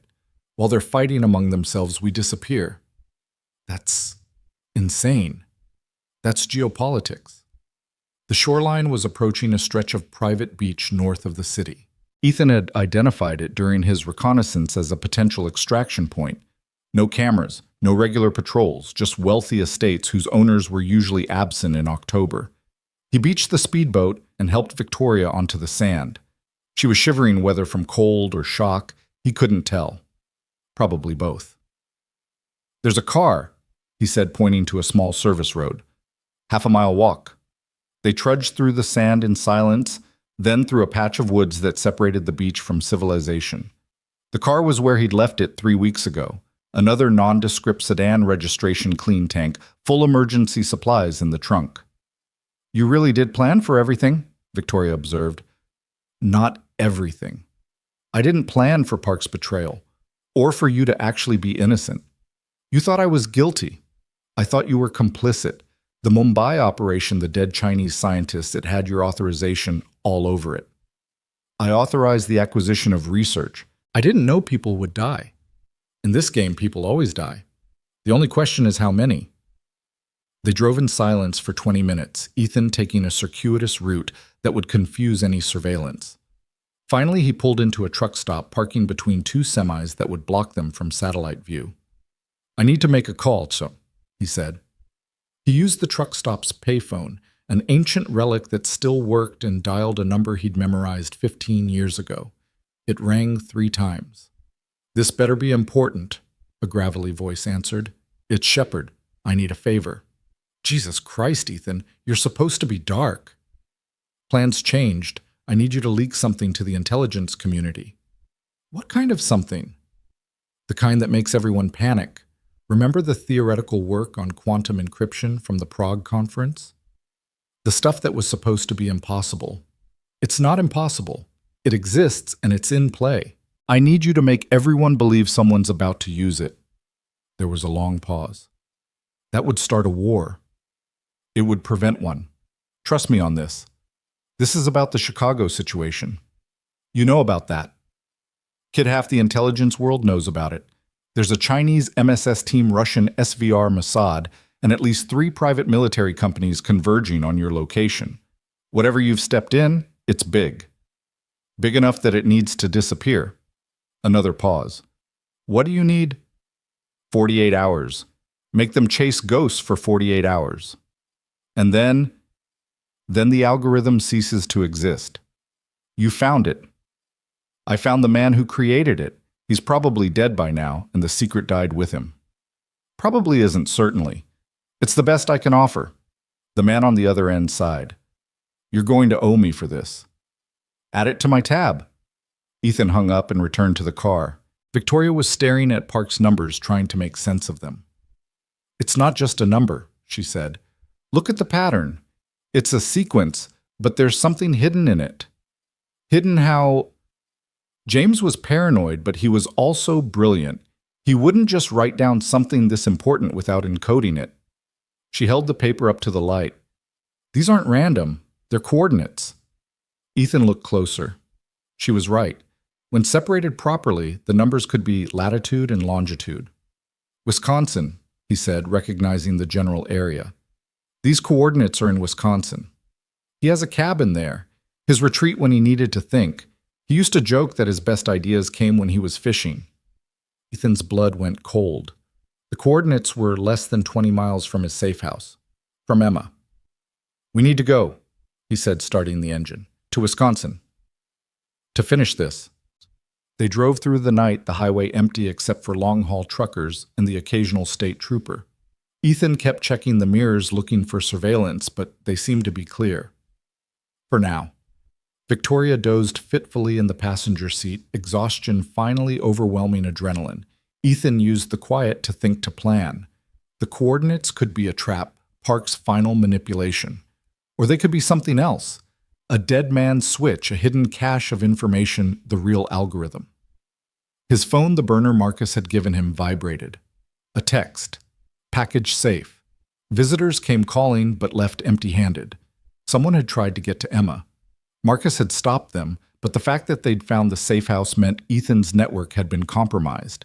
After 15 years of careful cultivation, his safety net was shredding. They crossed into Wisconsin as dawn was breaking, pink light spreading across farmland and forest. Victoria stirred, blinking in confusion before remembering where she was. How long was I asleep? 3 hours. You should have woken me. You need rest too. I'll rest when this is over. She studied him in the morning light. Do you ever stop, ever just be normal? I tried normal once, got married, had a kid, pretended I was just another suburban dad. What happened? Cancer happened. Sarah died 2 years ago. Reminded me that you can't protect people from everything no matter how good you are at violence. I'm sorry. Don't be. Sarah knew who I was, what I did. She made me promise to keep doing it after she was gone. Said the world needed people like me even if it didn't know it. People like you. Shepherds. People who keep the wolves from the sheep. And which am I, wolf or sheep? Ethan glanced at her. I haven't decided yet. The GPS led them down increasingly rural roads from highway to two-lane to gravel to dirt. The trees closed in autumn colors, brilliant in the morning sun. Finally they reached the coordinates, a small lake mirror, smooth with a modest cabin on the shore. That's it, Victoria said. James's retreat. Ethan parked but didn't get out immediately. He studied the cabin, the surrounding woods, looking for signs of surveillance or ambush. Everything seemed quiet, but quiet could be deceptive. Stay here, he told Victoria. We've been through this. This is different. If Park left something here, it could be protected. Traps alarm's worse. He approached the cabin carefully, noting the security cameras disabled, the motion sensors offline, and the steel-reinforced door unlocked. Someone had been here recently and wanted visitors. Inside was chaos. Computers torn apart, papers scattered, furniture overturned. Someone had searched the place thoroughly, but apparently hadn't found what they were looking for. But Ethan wasn't looking in the obvious places. He was thinking like Park, paranoid, brilliant, always planning 3 moves ahead. The man wouldn't hide something valuable where anyone could find it. He found it in the fireplace, not in the chimney or behind the bricks, but in the ashes themselves. A fireproof case designed to look like burnt wood. Inside was a single USB drive and a note. If you're reading this, I'm dead, and you have the coordinates. The drive contains everything, the complete algorithm, the kill switch, and evidence of everyone who tried to steal it. Do what I couldn't. Make it disappear forever. JP. Ethan pocketed the drive and returned to the car. Victoria was on the phone, his burner. Who are you calling? She handed him the phone. Someone who says he's your friend. Marcus's voice. We have a problem. Your daughter's asking for you, and I've got at least 3 surveillance teams circling the safe house. I can hold them off, but not forever. How long, sir? Maybe 2 hours before they decide to come in hard. 2 hours. Not enough time to get their deal with the algorithm and extract Emma safely. Marcus, I need you to do something for me. Name it. Tell Emma I love her. Tell her the protection charm worked. Ethan. And when they come, don't fight. Let them take her. Are you insane? I know what I'm doing. They won't hurt her as long as they think she's leverage. Just make sure she knows I'm coming for her. This is a bad play, Shepard. It's the only play. 2 hours. Start the clock. He hung up and looked at Victoria. We're going to make a trade. Emma for the algorithm. No, you for Emma. Victoria's eyes widened. What? They want you because they think you have the algorithm, so we're going to give them what they want. You and the real algorithm on this drive. But you said we were going to destroy it. We are. But first we're going to use it. He held up the drive. Park didn't just record the algorithm. He recorded everyone who tried to steal it. Names, organizations, communications, everything. So we're going to send it to everyone simultaneously. Every intelligence agency, every news organization, every government. Complete transparency. Let them all see how dirty they've been, how many people died for mathematical equations. That would cause chaos. That would cause accountability. And in the chaos, you and Emma disappear. New identities, new lives, far from all this. What about you?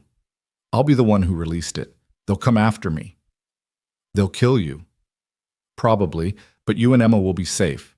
The algorithm will be public worthless as a weapon because everyone will have it, and the people who killed for it will be exposed. Victoria was quiet for a long moment. Then she reached over and took the drive from his hand. No, she said simply. Victoria. No, I'm not letting you sacrifice yourself for my mistakes, and I'm not letting them use your daughter as leverage. She pulled out her phone, her real one, the one she'd turned off hours ago. I'm CEO of one of the most powerful corporations in America. Time I acted like it.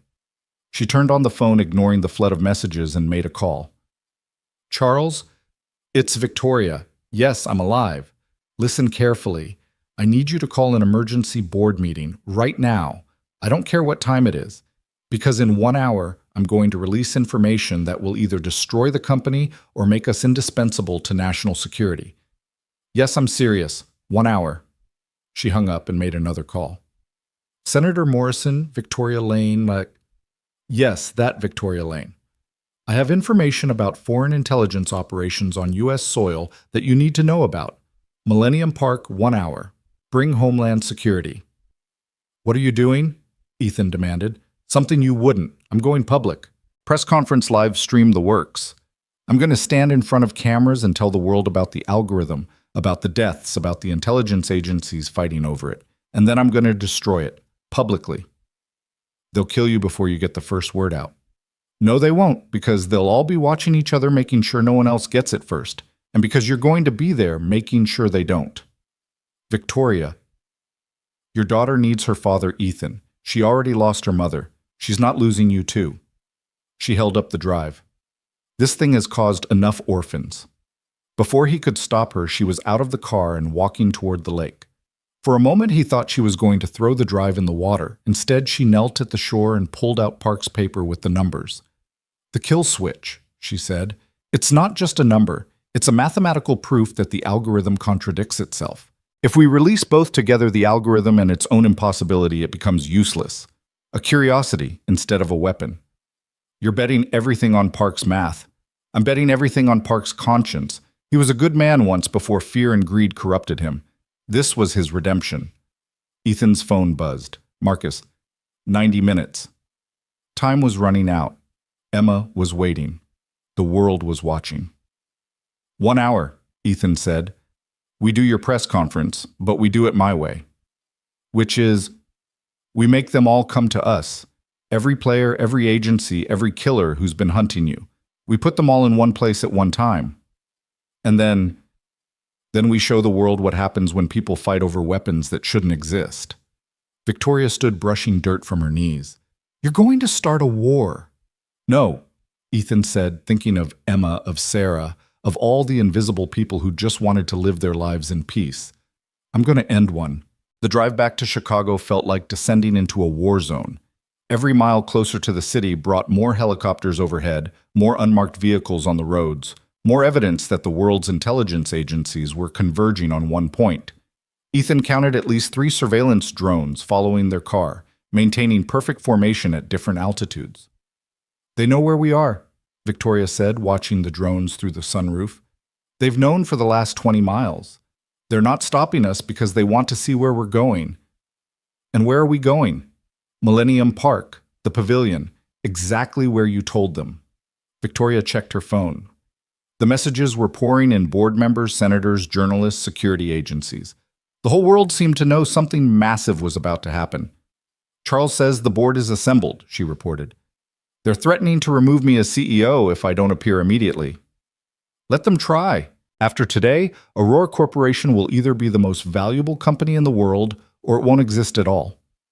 They entered the city proper, and the presence of law enforcement became overwhelming. Every corner had police, every building had spotters on the roof.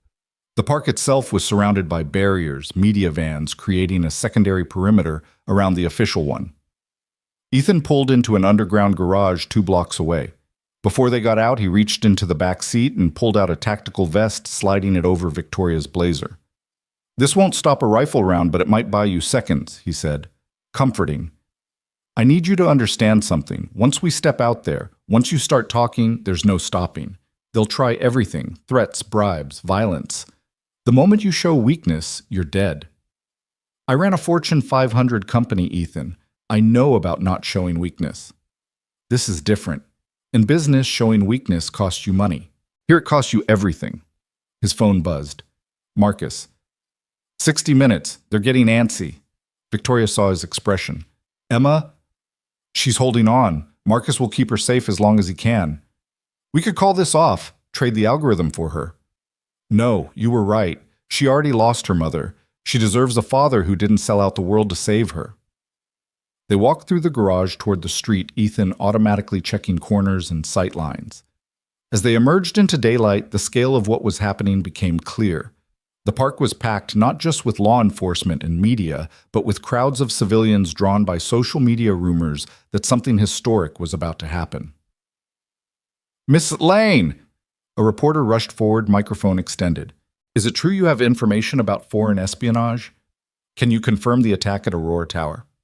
What's your relationship with James Park?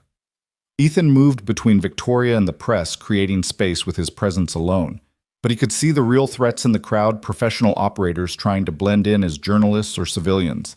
Chen was there near the fountain, surrounded by what looked like a Chinese trade delegation, but were certainly MSS agents. Ashford stood by the media vans, his arm in a sling from the firefight at the marina, his team spread out in tactical positions. And there were others. Russians near the art installation, Israelis by the garden, Germans, French, British. A United Nations of intelligence agencies, all armed, all ready to kill for what Victoria carried. The pavilion itself had been cordoned off with a small platform erected for press conferences. Senator Morrison was already there, flanked by Homeland Security agents, who looked deeply uncomfortable with the situation. Ms. Lane, the senator said as they approached, I hope you understand the gravity of what you're doing. Better than you know, Senator. Morrison's eyes flicked to Ethan. And you are nobody important, Ethan replied, scanning the crowd. He spotted 3 sniper positions, maybe more. The concert hall's acoustic panels would provide some cover, but not much. Victoria stepped up to the microphones and the crowd fell silent. Hundreds of phones rose to record. The world was watching. My name is Victoria Lane, she began, her voice carrying clearly through the speakers. I'm the CEO of Aurora Corporation, and I'm here to tell you about a technology that has already killed 12 people and nearly started World War III. The crowd erupted in questions, but she raised her hand for silence. 6 months ago, my company acquired research from a laboratory in Mumbai. We believed we were purchasing theoretical work on quantum computing. What we actually acquired was something far more dangerous, an algorithm capable of breaking any encryption system in the world. Ethan saw the reactions ripple through the crowd. The intelligence operatives tensed hands, moving toward concealed weapons. This was the confirmation they'd been waiting for. The algorithm was developed by Dr. James Park, my chief technology officer, Victoria continued. Last night, he was murdered by agents of a foreign government seeking to steal it.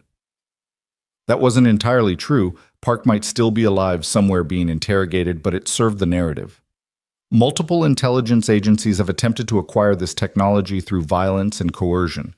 They've threatened me, attacked my employees, and now they're holding a 7-year-old girl hostage to force compliance. Ethan's jaw tightened. She wasn't supposed to mention Emma. That girl's father saved my life last night, Victoria said, looking directly at one of the cameras.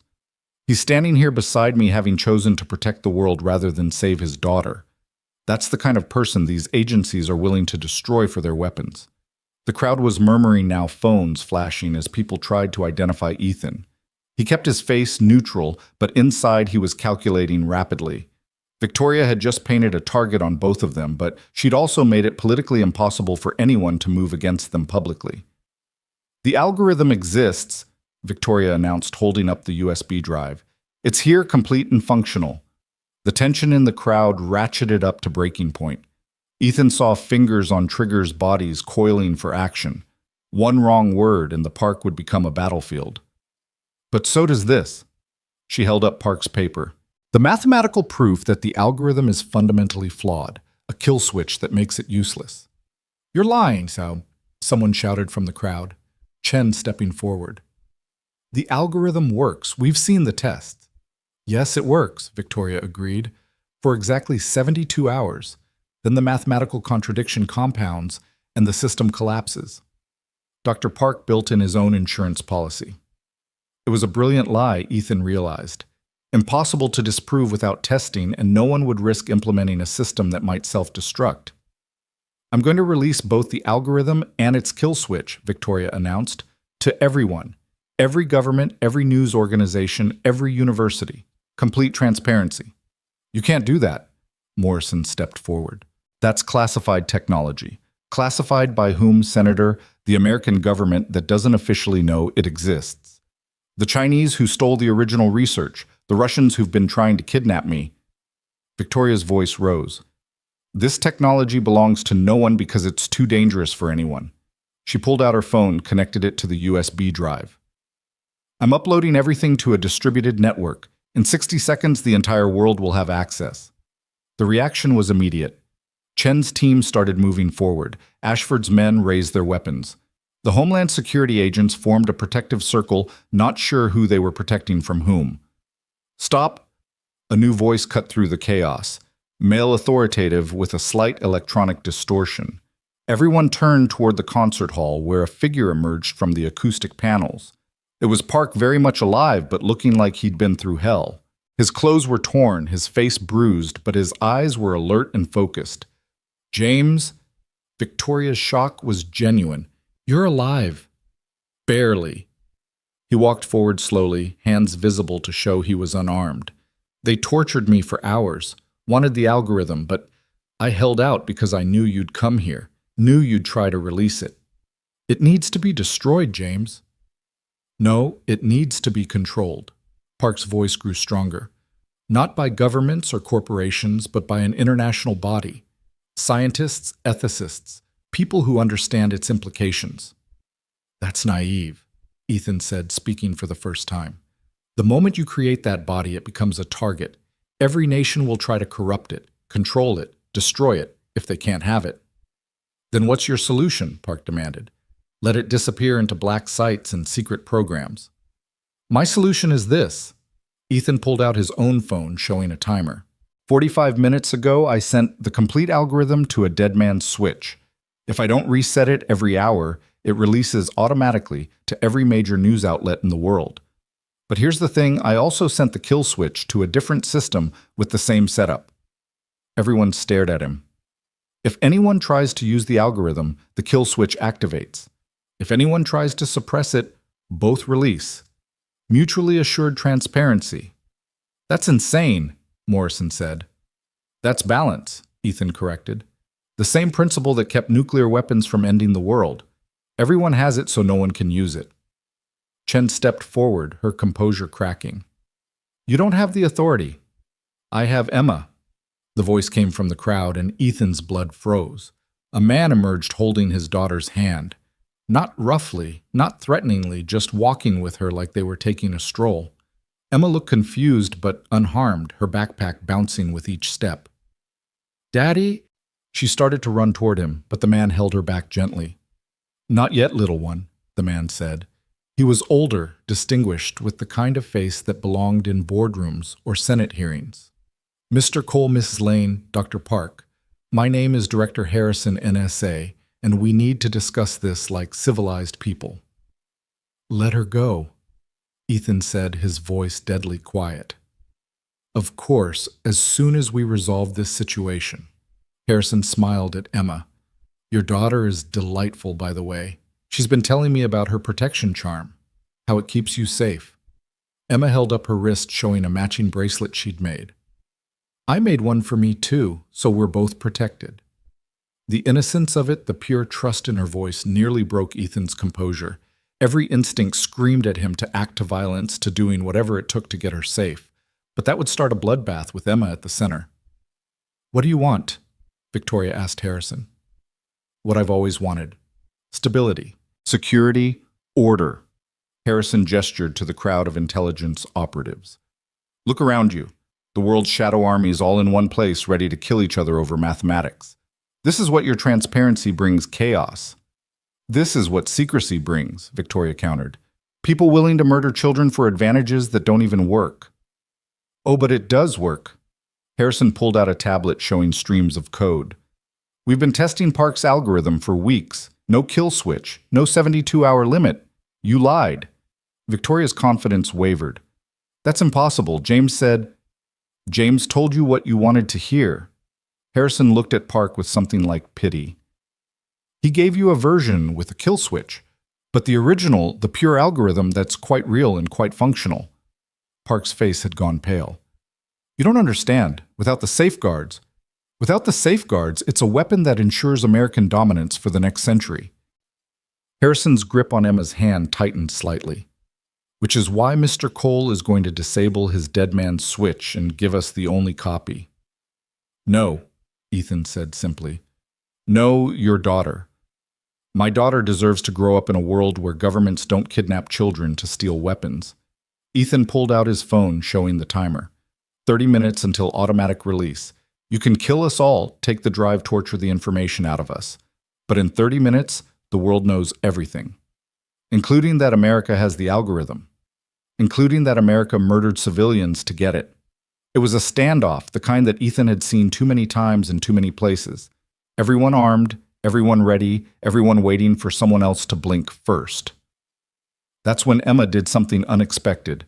She pulled free from Harrison's grip and walked straight to Ethan, wrapping her arms around his waist. It's okay, Daddy, she said. The protection charm worked. You came for me. The simple faith in her voice, the absolute trust changed everything. Ethan knelt down, hugging her tight, and made his decision. Victoria, give me the drive. She hesitated, then handed it over. Ethan stood Emma, still holding his hand, and addressed the crowd. This ends now. Not with grand gestures or political statements, but with simple truth. He held up the drive. This contains the algorithm, the kill switch, and something else, every communication, every order, every crime committed in pursuit of this technology. Names, dates, authorizations. Harrison's face went white. So did Chen's and Ashford's and a dozen others. Dr. Park kept very good records, Ethan continued. Every bribe, every threat, every murder, it's all here. You released that you're dead, Chen said flatly. I'm probably dead anyway. But my daughter isn't. And neither are the thousands of other innocents who would die when you all start fighting over this thing. He looked at Emma, then at Victoria, then at the crowd of phones recording everything. So here's what happens. The algorithm gets destroyed, publicly. The evidence of crimes gets sealed for 50 years, long enough for everyone involved to be dead or irrelevant, and everyone walks away. That's not acceptable, Harrison started. It's the only deal on the table. Ethan held up his phone. 25 minutes. The crowd was stirring now, civilians realizing they were in the middle of something far more dangerous than a press conference. Parents pulled children back, people started edging toward exits, but the cameras kept rolling. Victoria stepped forward. I support Mr. Cole's proposal. Aurora Corporation will withdraw all claims to the technology and cooperate fully with any investigation. As do I, Park added, surprising everyone. I created this monster. I should help kill it. Harrison looked around at the other intelligence operatives, reading faces, calculating odds. You're asking us to trust each other. That's not how this works. No, Ethan agreed, but mutually assured destruction is. He lifted Emma into his arms, feeling her weight, her warmth, her life. Everyone loses or everyone walks away. Choose. The silence stretched tense as a wire about to snap. Then Chen laughed, bitter and short. The Americans already have it anyway, she said. We all know it. This theater is just to make us complicit in our own defeat. The Americans have nothing, Harrison said, but his denial rang hollow. Then prove it, Victoria challenged. Destroy the drive. Here, now, show the world that America doesn't need stolen weapons to maintain security. It was a brilliant move, Ethan realized. She'd turned Harrison's patriotism against him. To refuse would be to admit American weakness. Harrison stood frozen, calculating. Around him, hands rested on weapons, everyone waiting for a signal, a word, a twitch that would start the killing. Emma whispered in Ethan's ear, Daddy, are the bad people going to hurt us? No, baby girl, he said, loud enough for everyone to hear. They're going to remember what it's like to be good. Something in his voice and the absolute conviction of it seemed to reach through the tension. Harrison's shoulders sagged slightly. Chen's hand moved away from her weapon. Even Ashford seemed to deflate. 15 minutes, Ethan announced. Do it, Harrison said suddenly. Destroy it. Director Mkit, one of his agents started. That's an order. We don't negotiate with terrorists and we don't need stolen technology to protect America. It was face-saving bullshit, but it was enough. Ethan set Emma down and placed the drive on the ground.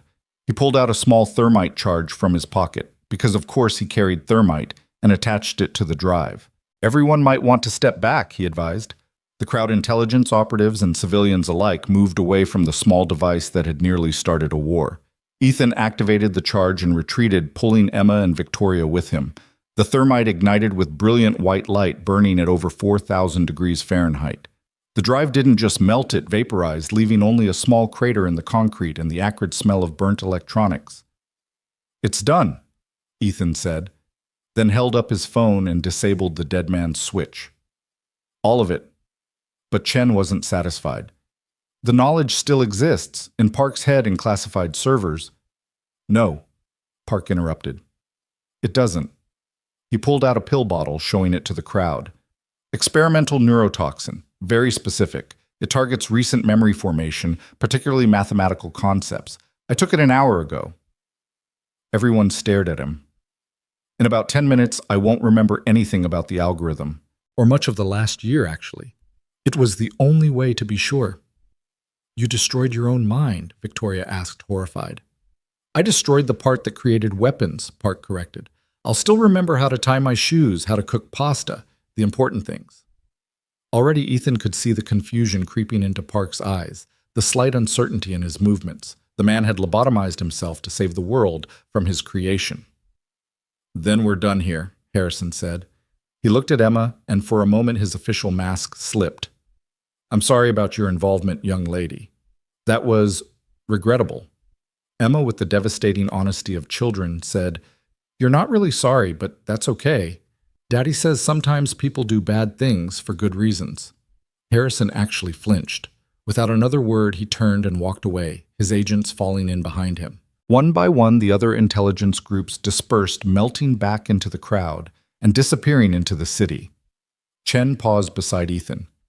This isn't over. There will be other algorithms, other weapons, and other janitors to stop them, Ethan replied. She almost smiled at that, then vanished into the crowd. Ashford was the last to leave. He approached Victoria, favoring his injured arm. You played this well, but you've made enemies today. Powerful ones. I've made the only choice that mattered, Victoria said. Perhaps, but choices have consequences. Watch your back, Ms. Lane. As he walked away, Victoria called after him. Was it worth it? All the death, all the violence for something that doesn't even exist anymore. Ashford paused, looked back. Ask me in 50 years when we see what China does with their quantum computers while America falls behind. Or ask the families of the 12 dead scientists, Ethan said. Ashford had no answer to that. He disappeared into the crowd, another ghost in a city full of them. The park was emptying now, civilians hurrying away from whatever they'd just witnessed. The media was in a frenzy trying to make sense of what they'd seen. Victoria was surrounded by reporters, but she wasn't answering questions yet. She was watching Park, who stood by the fountain looking lost. James, she said gently. He looked at her, confusion clear in his eyes. I'm sorry, do I know you? I seem to be I can't quite remember how I got here. You're safe, she told him. That's all that matters. I feel like I've forgotten something important. Nothing that can't be replaced. She arranged for one of Aurora's security team to take him to a hospital, watching as the man who'd nearly destroyed the world for his genius wandered away, freed from the burden of his own brilliance. That was a brave thing he did, Ethan said. That was a necessary thing, Victoria corrected. The question is, what now? Now you rebuild your company without secret weapons programs. Now you face whatever investigations come. Now you try to be better. And you, Ethan looked down at Emma, who was playing with her protection bracelet, seemingly unbothered by the chaos she'd just witnessed. The resilience of children never ceased to amaze him. Now I take my daughter home. That's it. You just walk away. My job was to protect people who couldn't protect themselves. Today that was you. Tomorrow it'll be someone else. But after everything, I'm still just a janitor who's good at other things. Victoria studied him for a long moment. You know, Aurora Corporation could use someone like you, head of security maybe. The pay would be significantly better than janitor wages. I've seen what your security budget is. You couldn't afford me. Try me. Ethan almost smiled at that. Thanks, but no. Emma needs stability, normalcy. She needs a father who comes home every night, not one who's always looking for the next threat. And you, what do you need? It was a good question. For 15 years, he'd defined himself by the mission, by the next crisis, the next enemy. But looking at Emma, seeing her laugh at something on her phone, he realized what he needed was simpler than that. Time, he said. Time with her before she grows up and realizes her father isn't the hero she thinks he is. You're wrong about that, Victoria said. Today you were exactly the hero she thinks you are. Before Ethan could respond, Senator Morrison approached, flanked by federal agents. Mr. Cole, Ms. Lane, we're going to need statements. Both of you. Later, Ethan said. My daughter needs lunch and a nap. This is a matter of national security. No, it was a matter of national security. Now it's just paperwork. He picked up Emma, who wrapped her arms around his neck. You know where to find me. I'll be the invisible guy pushing a mop at Aurora Tower. He started walking away, but Morrison called after him. You can't just walk away from this. There will be investigations hearings. I saved the world from algorithmic warfare and prevented at least 3 intelligence agencies from starting World War III, Ethan said without turning around. I think I've earned a sick day. Emma giggled at that, and they kept walking, leaving the chaos behind. But Victoria caught up with them at the edge of the park. Ethan, wait. She pulled out a business card, pressed it into his free hand. My direct line. Not for Aurora business, just if you ever need anything. You and Emma both. He looked at the card, then at her. You did good today. I had a good teacher. You had good instincts. Don't lose them in boardrooms and stock prices.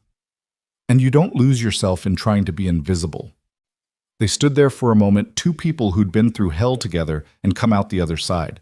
Then Emma tugged on Ethan's collar. Daddy, I'm hungry. Can we get pizza? Whatever you want, baby girl.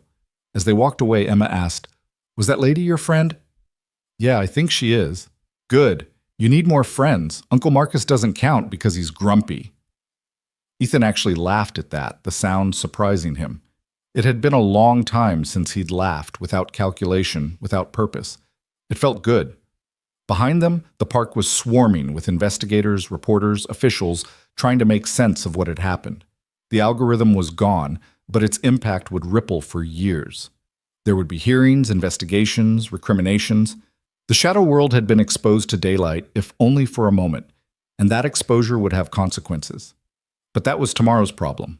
Today, Ethan Cole was just a father taking his daughter for pizza, walking through Chicago like any other family. The protection charm on his wrist caught the afternoon sun, its blue threads bright against his skin. Daddy, Emma said as they waited for a crosswalk. Yeah. You saved everyone today, didn't you? How do you know that? Because that's what you do. You're a shepherd, and you protect the sheep from the wolves. Ethan looked down at her surprised.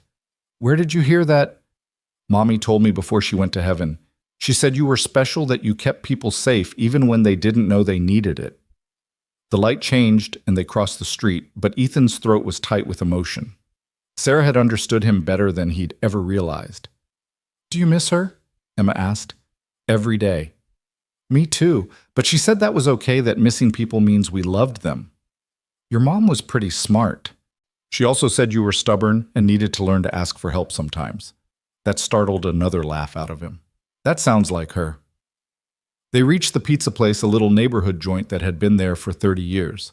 Nothing fancy, just good food and red checkered tablecloths. Ethan ordered Emma's favorite pepperoni with extra cheese, and they sat by the window watching the city go by. Daddy, are we safe now? Emma asked between bites. For now, yeah. But not forever. Ethan considered lying, giving her the comfort of false certainty. But Emma deserved better than that. No, not forever. There's always another threat, another problem. But that's okay. Why? Because there are also people like us. People who stand up and say no when bad things try to happen. And as long as there are people like that, the world keeps spinning. Emma nodded solemnly, then brightened. Like superheroes. Sure, like superheroes, except we don't wear capes. You could wear a cape. It would look cool with your janitor uniform. The image of himself mopping floors in a cape made Ethan smile. I'll think about it.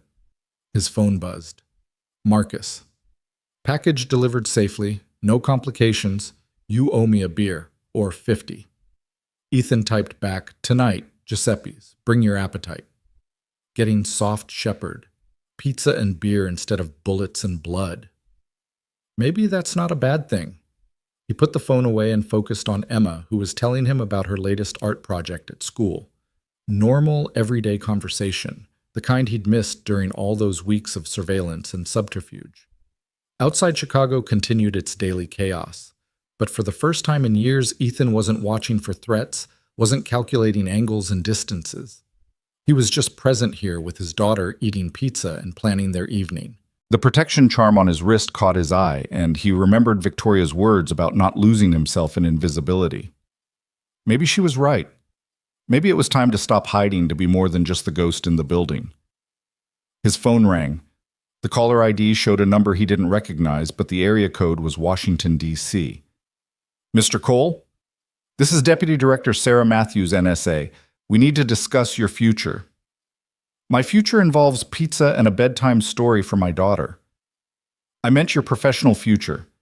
Your handler speaks highly of you, and after today's events, I'm retired. There was a pause. You're too valuable to retire. I'm too tired not to. Find another shepherd, Deputy Director. This one's done. What if we need you? Ethan looked at Emma, who was drawing on a napkin with crayons the restaurant provided. She was making another picture of him as a hero, this time with a cape. Then you know where to find me. I'll be the invisible guy protecting people who don't know they need it. Just don't expect me to answer the phone. He hung up before she could respond. There would be consequences for that, but he'd deal with them later. For now, he had pizza to eat, and a daughter to raise. Emma held up her drawing. "Look, Daddy, it's you saving the day." In the picture, a figure in blue stood between smaller figures and dark shapes with red eyes. Simple, childish, but capturing something essential about what had happened today. "It's perfect," he told her. "Can we frame it? Put it next to Mommy's picture." "Absolutely." They finished their pizza as the sun set over Chicago, painting the skyline in shades of orange and gold. The city looked peaceful from here, no hint of the violence and chaos that had nearly erupted. But Ethan knew better. Peace was always temporary, always fragile, always one algorithm or weapon away from shattering. But that was okay, because as long as there were people willing to stand in the gap to be shepherds against the wolves, the peace would hold. Maybe not forever, but for today. And today was enough. 6 months later, Aurora Tower gleamed in the spring sunshine, its lobby filled with the usual morning rush of executives and employees. But something had changed since that night in October. The security was real now, not just for show. The guards actually watched their monitors. The emergency exits were tested weekly, and on the wall near the reception desk hung a framed child's drawing, a figure in blue, holding a mop like a sword protecting others from danger. Ethan Cole pushed his mop across the marble floor, the rhythm as familiar as breathing. He wore the same blue coveralls, used the same yellow wet floor sign, followed the same routes through the building. To most people, nothing had changed. He was still invisible, still just the janitor.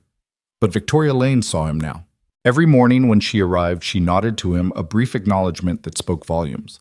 Sometimes she stopped to talk quick conversations about Emma, about the weather, about anything except algorithms and international conspiracies. "Morning, Ethan," she said today, pausing by his mop bucket. "Miss Lane. It's been 6 months. You can call me Victoria." "Old habits, well," he replied, wringing out the mop. "How's the congressional hearing going?" She grimaced. 3 more days of testimony. They keep asking about the algorithm, about Park, about that night. They don't believe something that dangerous could just disappear. People never believe in simple solutions. Was it simple destroying the only thing that could have protected us from cyber warfare? Protection and control are just different words for the same trap. You did the right thing. She looked at the child's drawing on the wall. Emma's artwork. The security team framed it, said it was a reminder that heroes come in all uniforms. Smart kid, like her father.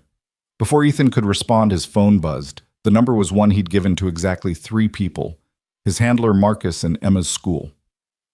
"Mr. Cole, this is Principal Williams. There's been an incident." His blood went cold. "Is Emma hurt?" "No, she's fine. But there are some people here claiming to be federal agents. They say they need to speak with her about her father." Ethan was already moving, dropping the mop, heading for the exit. Victoria followed without hesitation. "I'm on my way," he told the principal. "Don't let them near her." "Mr. Cole, they have badges." "Badges can be faked. Keep her in your office. Lock the door. I'll be there in 10 minutes. He hung up and broke into a run, Victoria keeping pace despite her heels. "I thought this was over," she said. "It's never over, just dormant." They reached his car, not the invisible Honda anymore, but a reinforced SUV with bulletproof glass, a gift from Aurora Corporation's board after they learned the full story. Ethan drove with controlled aggression, taking corners at speeds that made Victoria grip the door handle. "Who would come after Emma now?" she asked. "Someone who thinks I kept a copy of the algorithm, or someone who wants revenge, or someone who just wants leverage." His knuckles were white on the steering wheel. "Doesn't matter who. They crossed the line." The elementary school was in suburban chaos when they arrived. Parents clustered outside teachers trying to maintain order, and 3 black SUVs parked in the fire lane. Ethan recognized the type government issue, but which government was the question? He walked through the front door like he owned the place Victoria closed behind. The secretary tried to stop them, but Ethan just kept walking, following the path to the principal's office he'd memorized on Emma's first day. 3 people stood outside the office, 2 men in dark suits and a woman who looked familiar. It took him a moment to place her. Sarah Matthews, the deputy director who'd called him 6 months ago. "Mr. Cole," she said calmly, "we need to talk. You need to leave, now." There's been a development.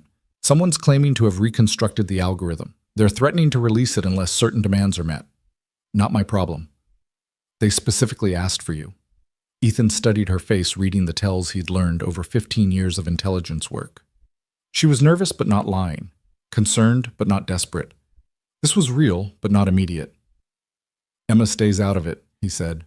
Of course. We would never. You already did, coming to her school frightening her. We didn't mean to frighten anyone. We just needed to find you quickly, and you haven't been answering your phone. Because I'm retired. The office door opened and Principal Williams peered out, looking relieved to see Ethan. Behind him, Emma sat at his desk drawing with remarkable calm for a 7-year-old who just had federal agents show up at her school. Daddy? She ran to him and he scooped her up, holding her tight. Hey, baby girl, you okay? They said they were your friends, but I remembered what you taught me about strangers with badges. That's my smart girl. Matthews stepped forward. Mr. Cole, please. Just hear us out. Not here. Not in front of her. Victoria spoke up. My office, 1 hour, and you come alone, Deputy Director. Matthews nodded. 1 hour. As they left, Emma whispered to Ethan, Are they the bad people? No, sweetheart, just confused people who forgot that some things are more important than secrets. Back at Aurora Tower, Ethan set Emma up in Victoria's private conference room with her homework and snacks while the adults met in the main office. Matthews had come alone as promised, carrying a tablet with classified markings. 3 days ago, someone sent this to 12 major intelligence agencies, she said, showing them a video. A figure in Shadow's voice distorted, but the message was clear. The Aurora algorithm still exists. I have reconstructed it from fragments from memories from the pieces your governments tried to hide. In 72 hours, I will release it to the highest bidder unless Ethan Cole delivers himself to coordinates I will provide. It's a bluff, Victoria said immediately. The algorithm was destroyed. Park's memories were erased. We thought so too, Matthews admitted, but they demonstrated a partial implementation. It broke through our test encryption in seconds. Ethan studied the video, looking for tells for mistakes. Something felt off about the whole thing. Play it again, he said. The video repeated, and this time he caught it. A reflection in a window behind the shadowed figure. A reflection he recognized. Son of a bitch, he muttered. What? Victoria leaned forward. It's Ashford. He's not dead or disappeared. He's trying to flush out anyone who might have kept a copy. Matthews frowned. You're certain? The watch on his wrist. You can see it in the reflection. Same Omega Seamaster he wore that night in the park. He's fishing, trying to create panic. But the demonstration could be faked, or he could have a partial reconstruction that only works on specific types of encryption. Either way, he doesn't have the full algorithm. How can you be sure? Ethan looked at Victoria, then back at Matthews. Because if he did, he wouldn't need me. He'd already be selling it. Matthews absorbed this, then asked the question Ethan had been expecting. Did you keep a copy? No. Cole. I said no, and even if I had, I wouldn't give it to you or anyone else. Then how do we respond to this threat? Victoria spoke up. You don't. You ignore it. Let the 72 hours pass, let him release whatever partial code he has. It'll be worthless without the mathematical framework Park destroyed. We can't just ignore. Yes, you can, Ethan interrupted, because the alternative is admitting the algorithm might still exist, which starts the whole circus again. Matthews stood to leave, then paused. You know, Cole, we could use someone like you back in the agency. You had someone like me. You used me to spy on American citizens and corporations. I'm done with that life. And if Ashford comes after you directly, after Emma, Ethan's expression went cold, then he'll learn why I was the one they sent when diplomacy failed. After Matthews left, Victoria found Ethan in the conference room helping Emma with her math homework. The domesticity of it. The normalcy was almost surreal after their conversation about international threats and reconstructed weapons. You good? Victoria asked. I'm angry, Ethan admitted. 6 months of peace, and they can't leave it alone. Will you go if Ashford makes good on his threat? No, that's what he wants to draw me out to make me reveal if I have the algorithm. And do you? Ethan looked at her steadily. Would it matter if I did yes? Why? Because it would mean you've been lying to me for 6 months, and I thought we were past that. Ethan glanced at Emma, who was absorbed in her fractions, then back at Victoria.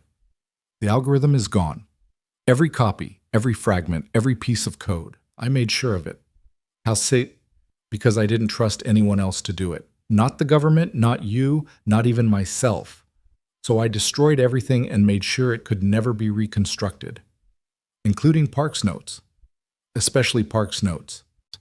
He pulled out a lighter, the same one he'd carried for 15 years. Burned them that night after the park. The ashes went into Lake Michigan. Victoria studied him, then nodded. Good. The 72 hours passed without incident. Ashford never released anything, never made contact again. It had been a probe, just as Ethan suspected, trying to see who would panic, who would reveal hidden copies. Life returned to its new normal. Ethan pushed his mop through Aurora Tower. Emma went to school. Victoria testified before Congress. The world kept spinning without algorithms that could break any encryption. But Ethan stayed ready, because he knew deep in his bones that peace was always temporary. Somewhere out there, Ashford was planning his next move. Chen was rebuilding her network. Harrison was looking for the next weapon. And when they came, not if, but when Ethan Cole would be waiting. Just an invisible janitor with a mop protecting people who didn't know they needed it. The protection charm on his wrist had faded from blue to gray over the months worn from constant contact, but it still held together threads intertwined like the promise between father and daughter. "Daddy," Emma said one evening as he tucked her into bed, "will you always be a janitor?" "Maybe not always, but for now." "I think you're the best janitor in the world." "Why's that?" "Because you clean up more than just floors. You clean up the bad things too." Ethan kissed her forehead. "Get some sleep, baby girl. Love you more than all the stars in the sky. And I love you more than all the fish in the sea." As she drifted off to sleep, Ethan stood by her window watching the city lights. Somewhere out there, new threats were emerging, new weapons were being developed, new wars were being planned in shadow. But tonight, his daughter was safe. Tonight, the world was at peace. And for a shepherd watching over his sheep tonight was enough.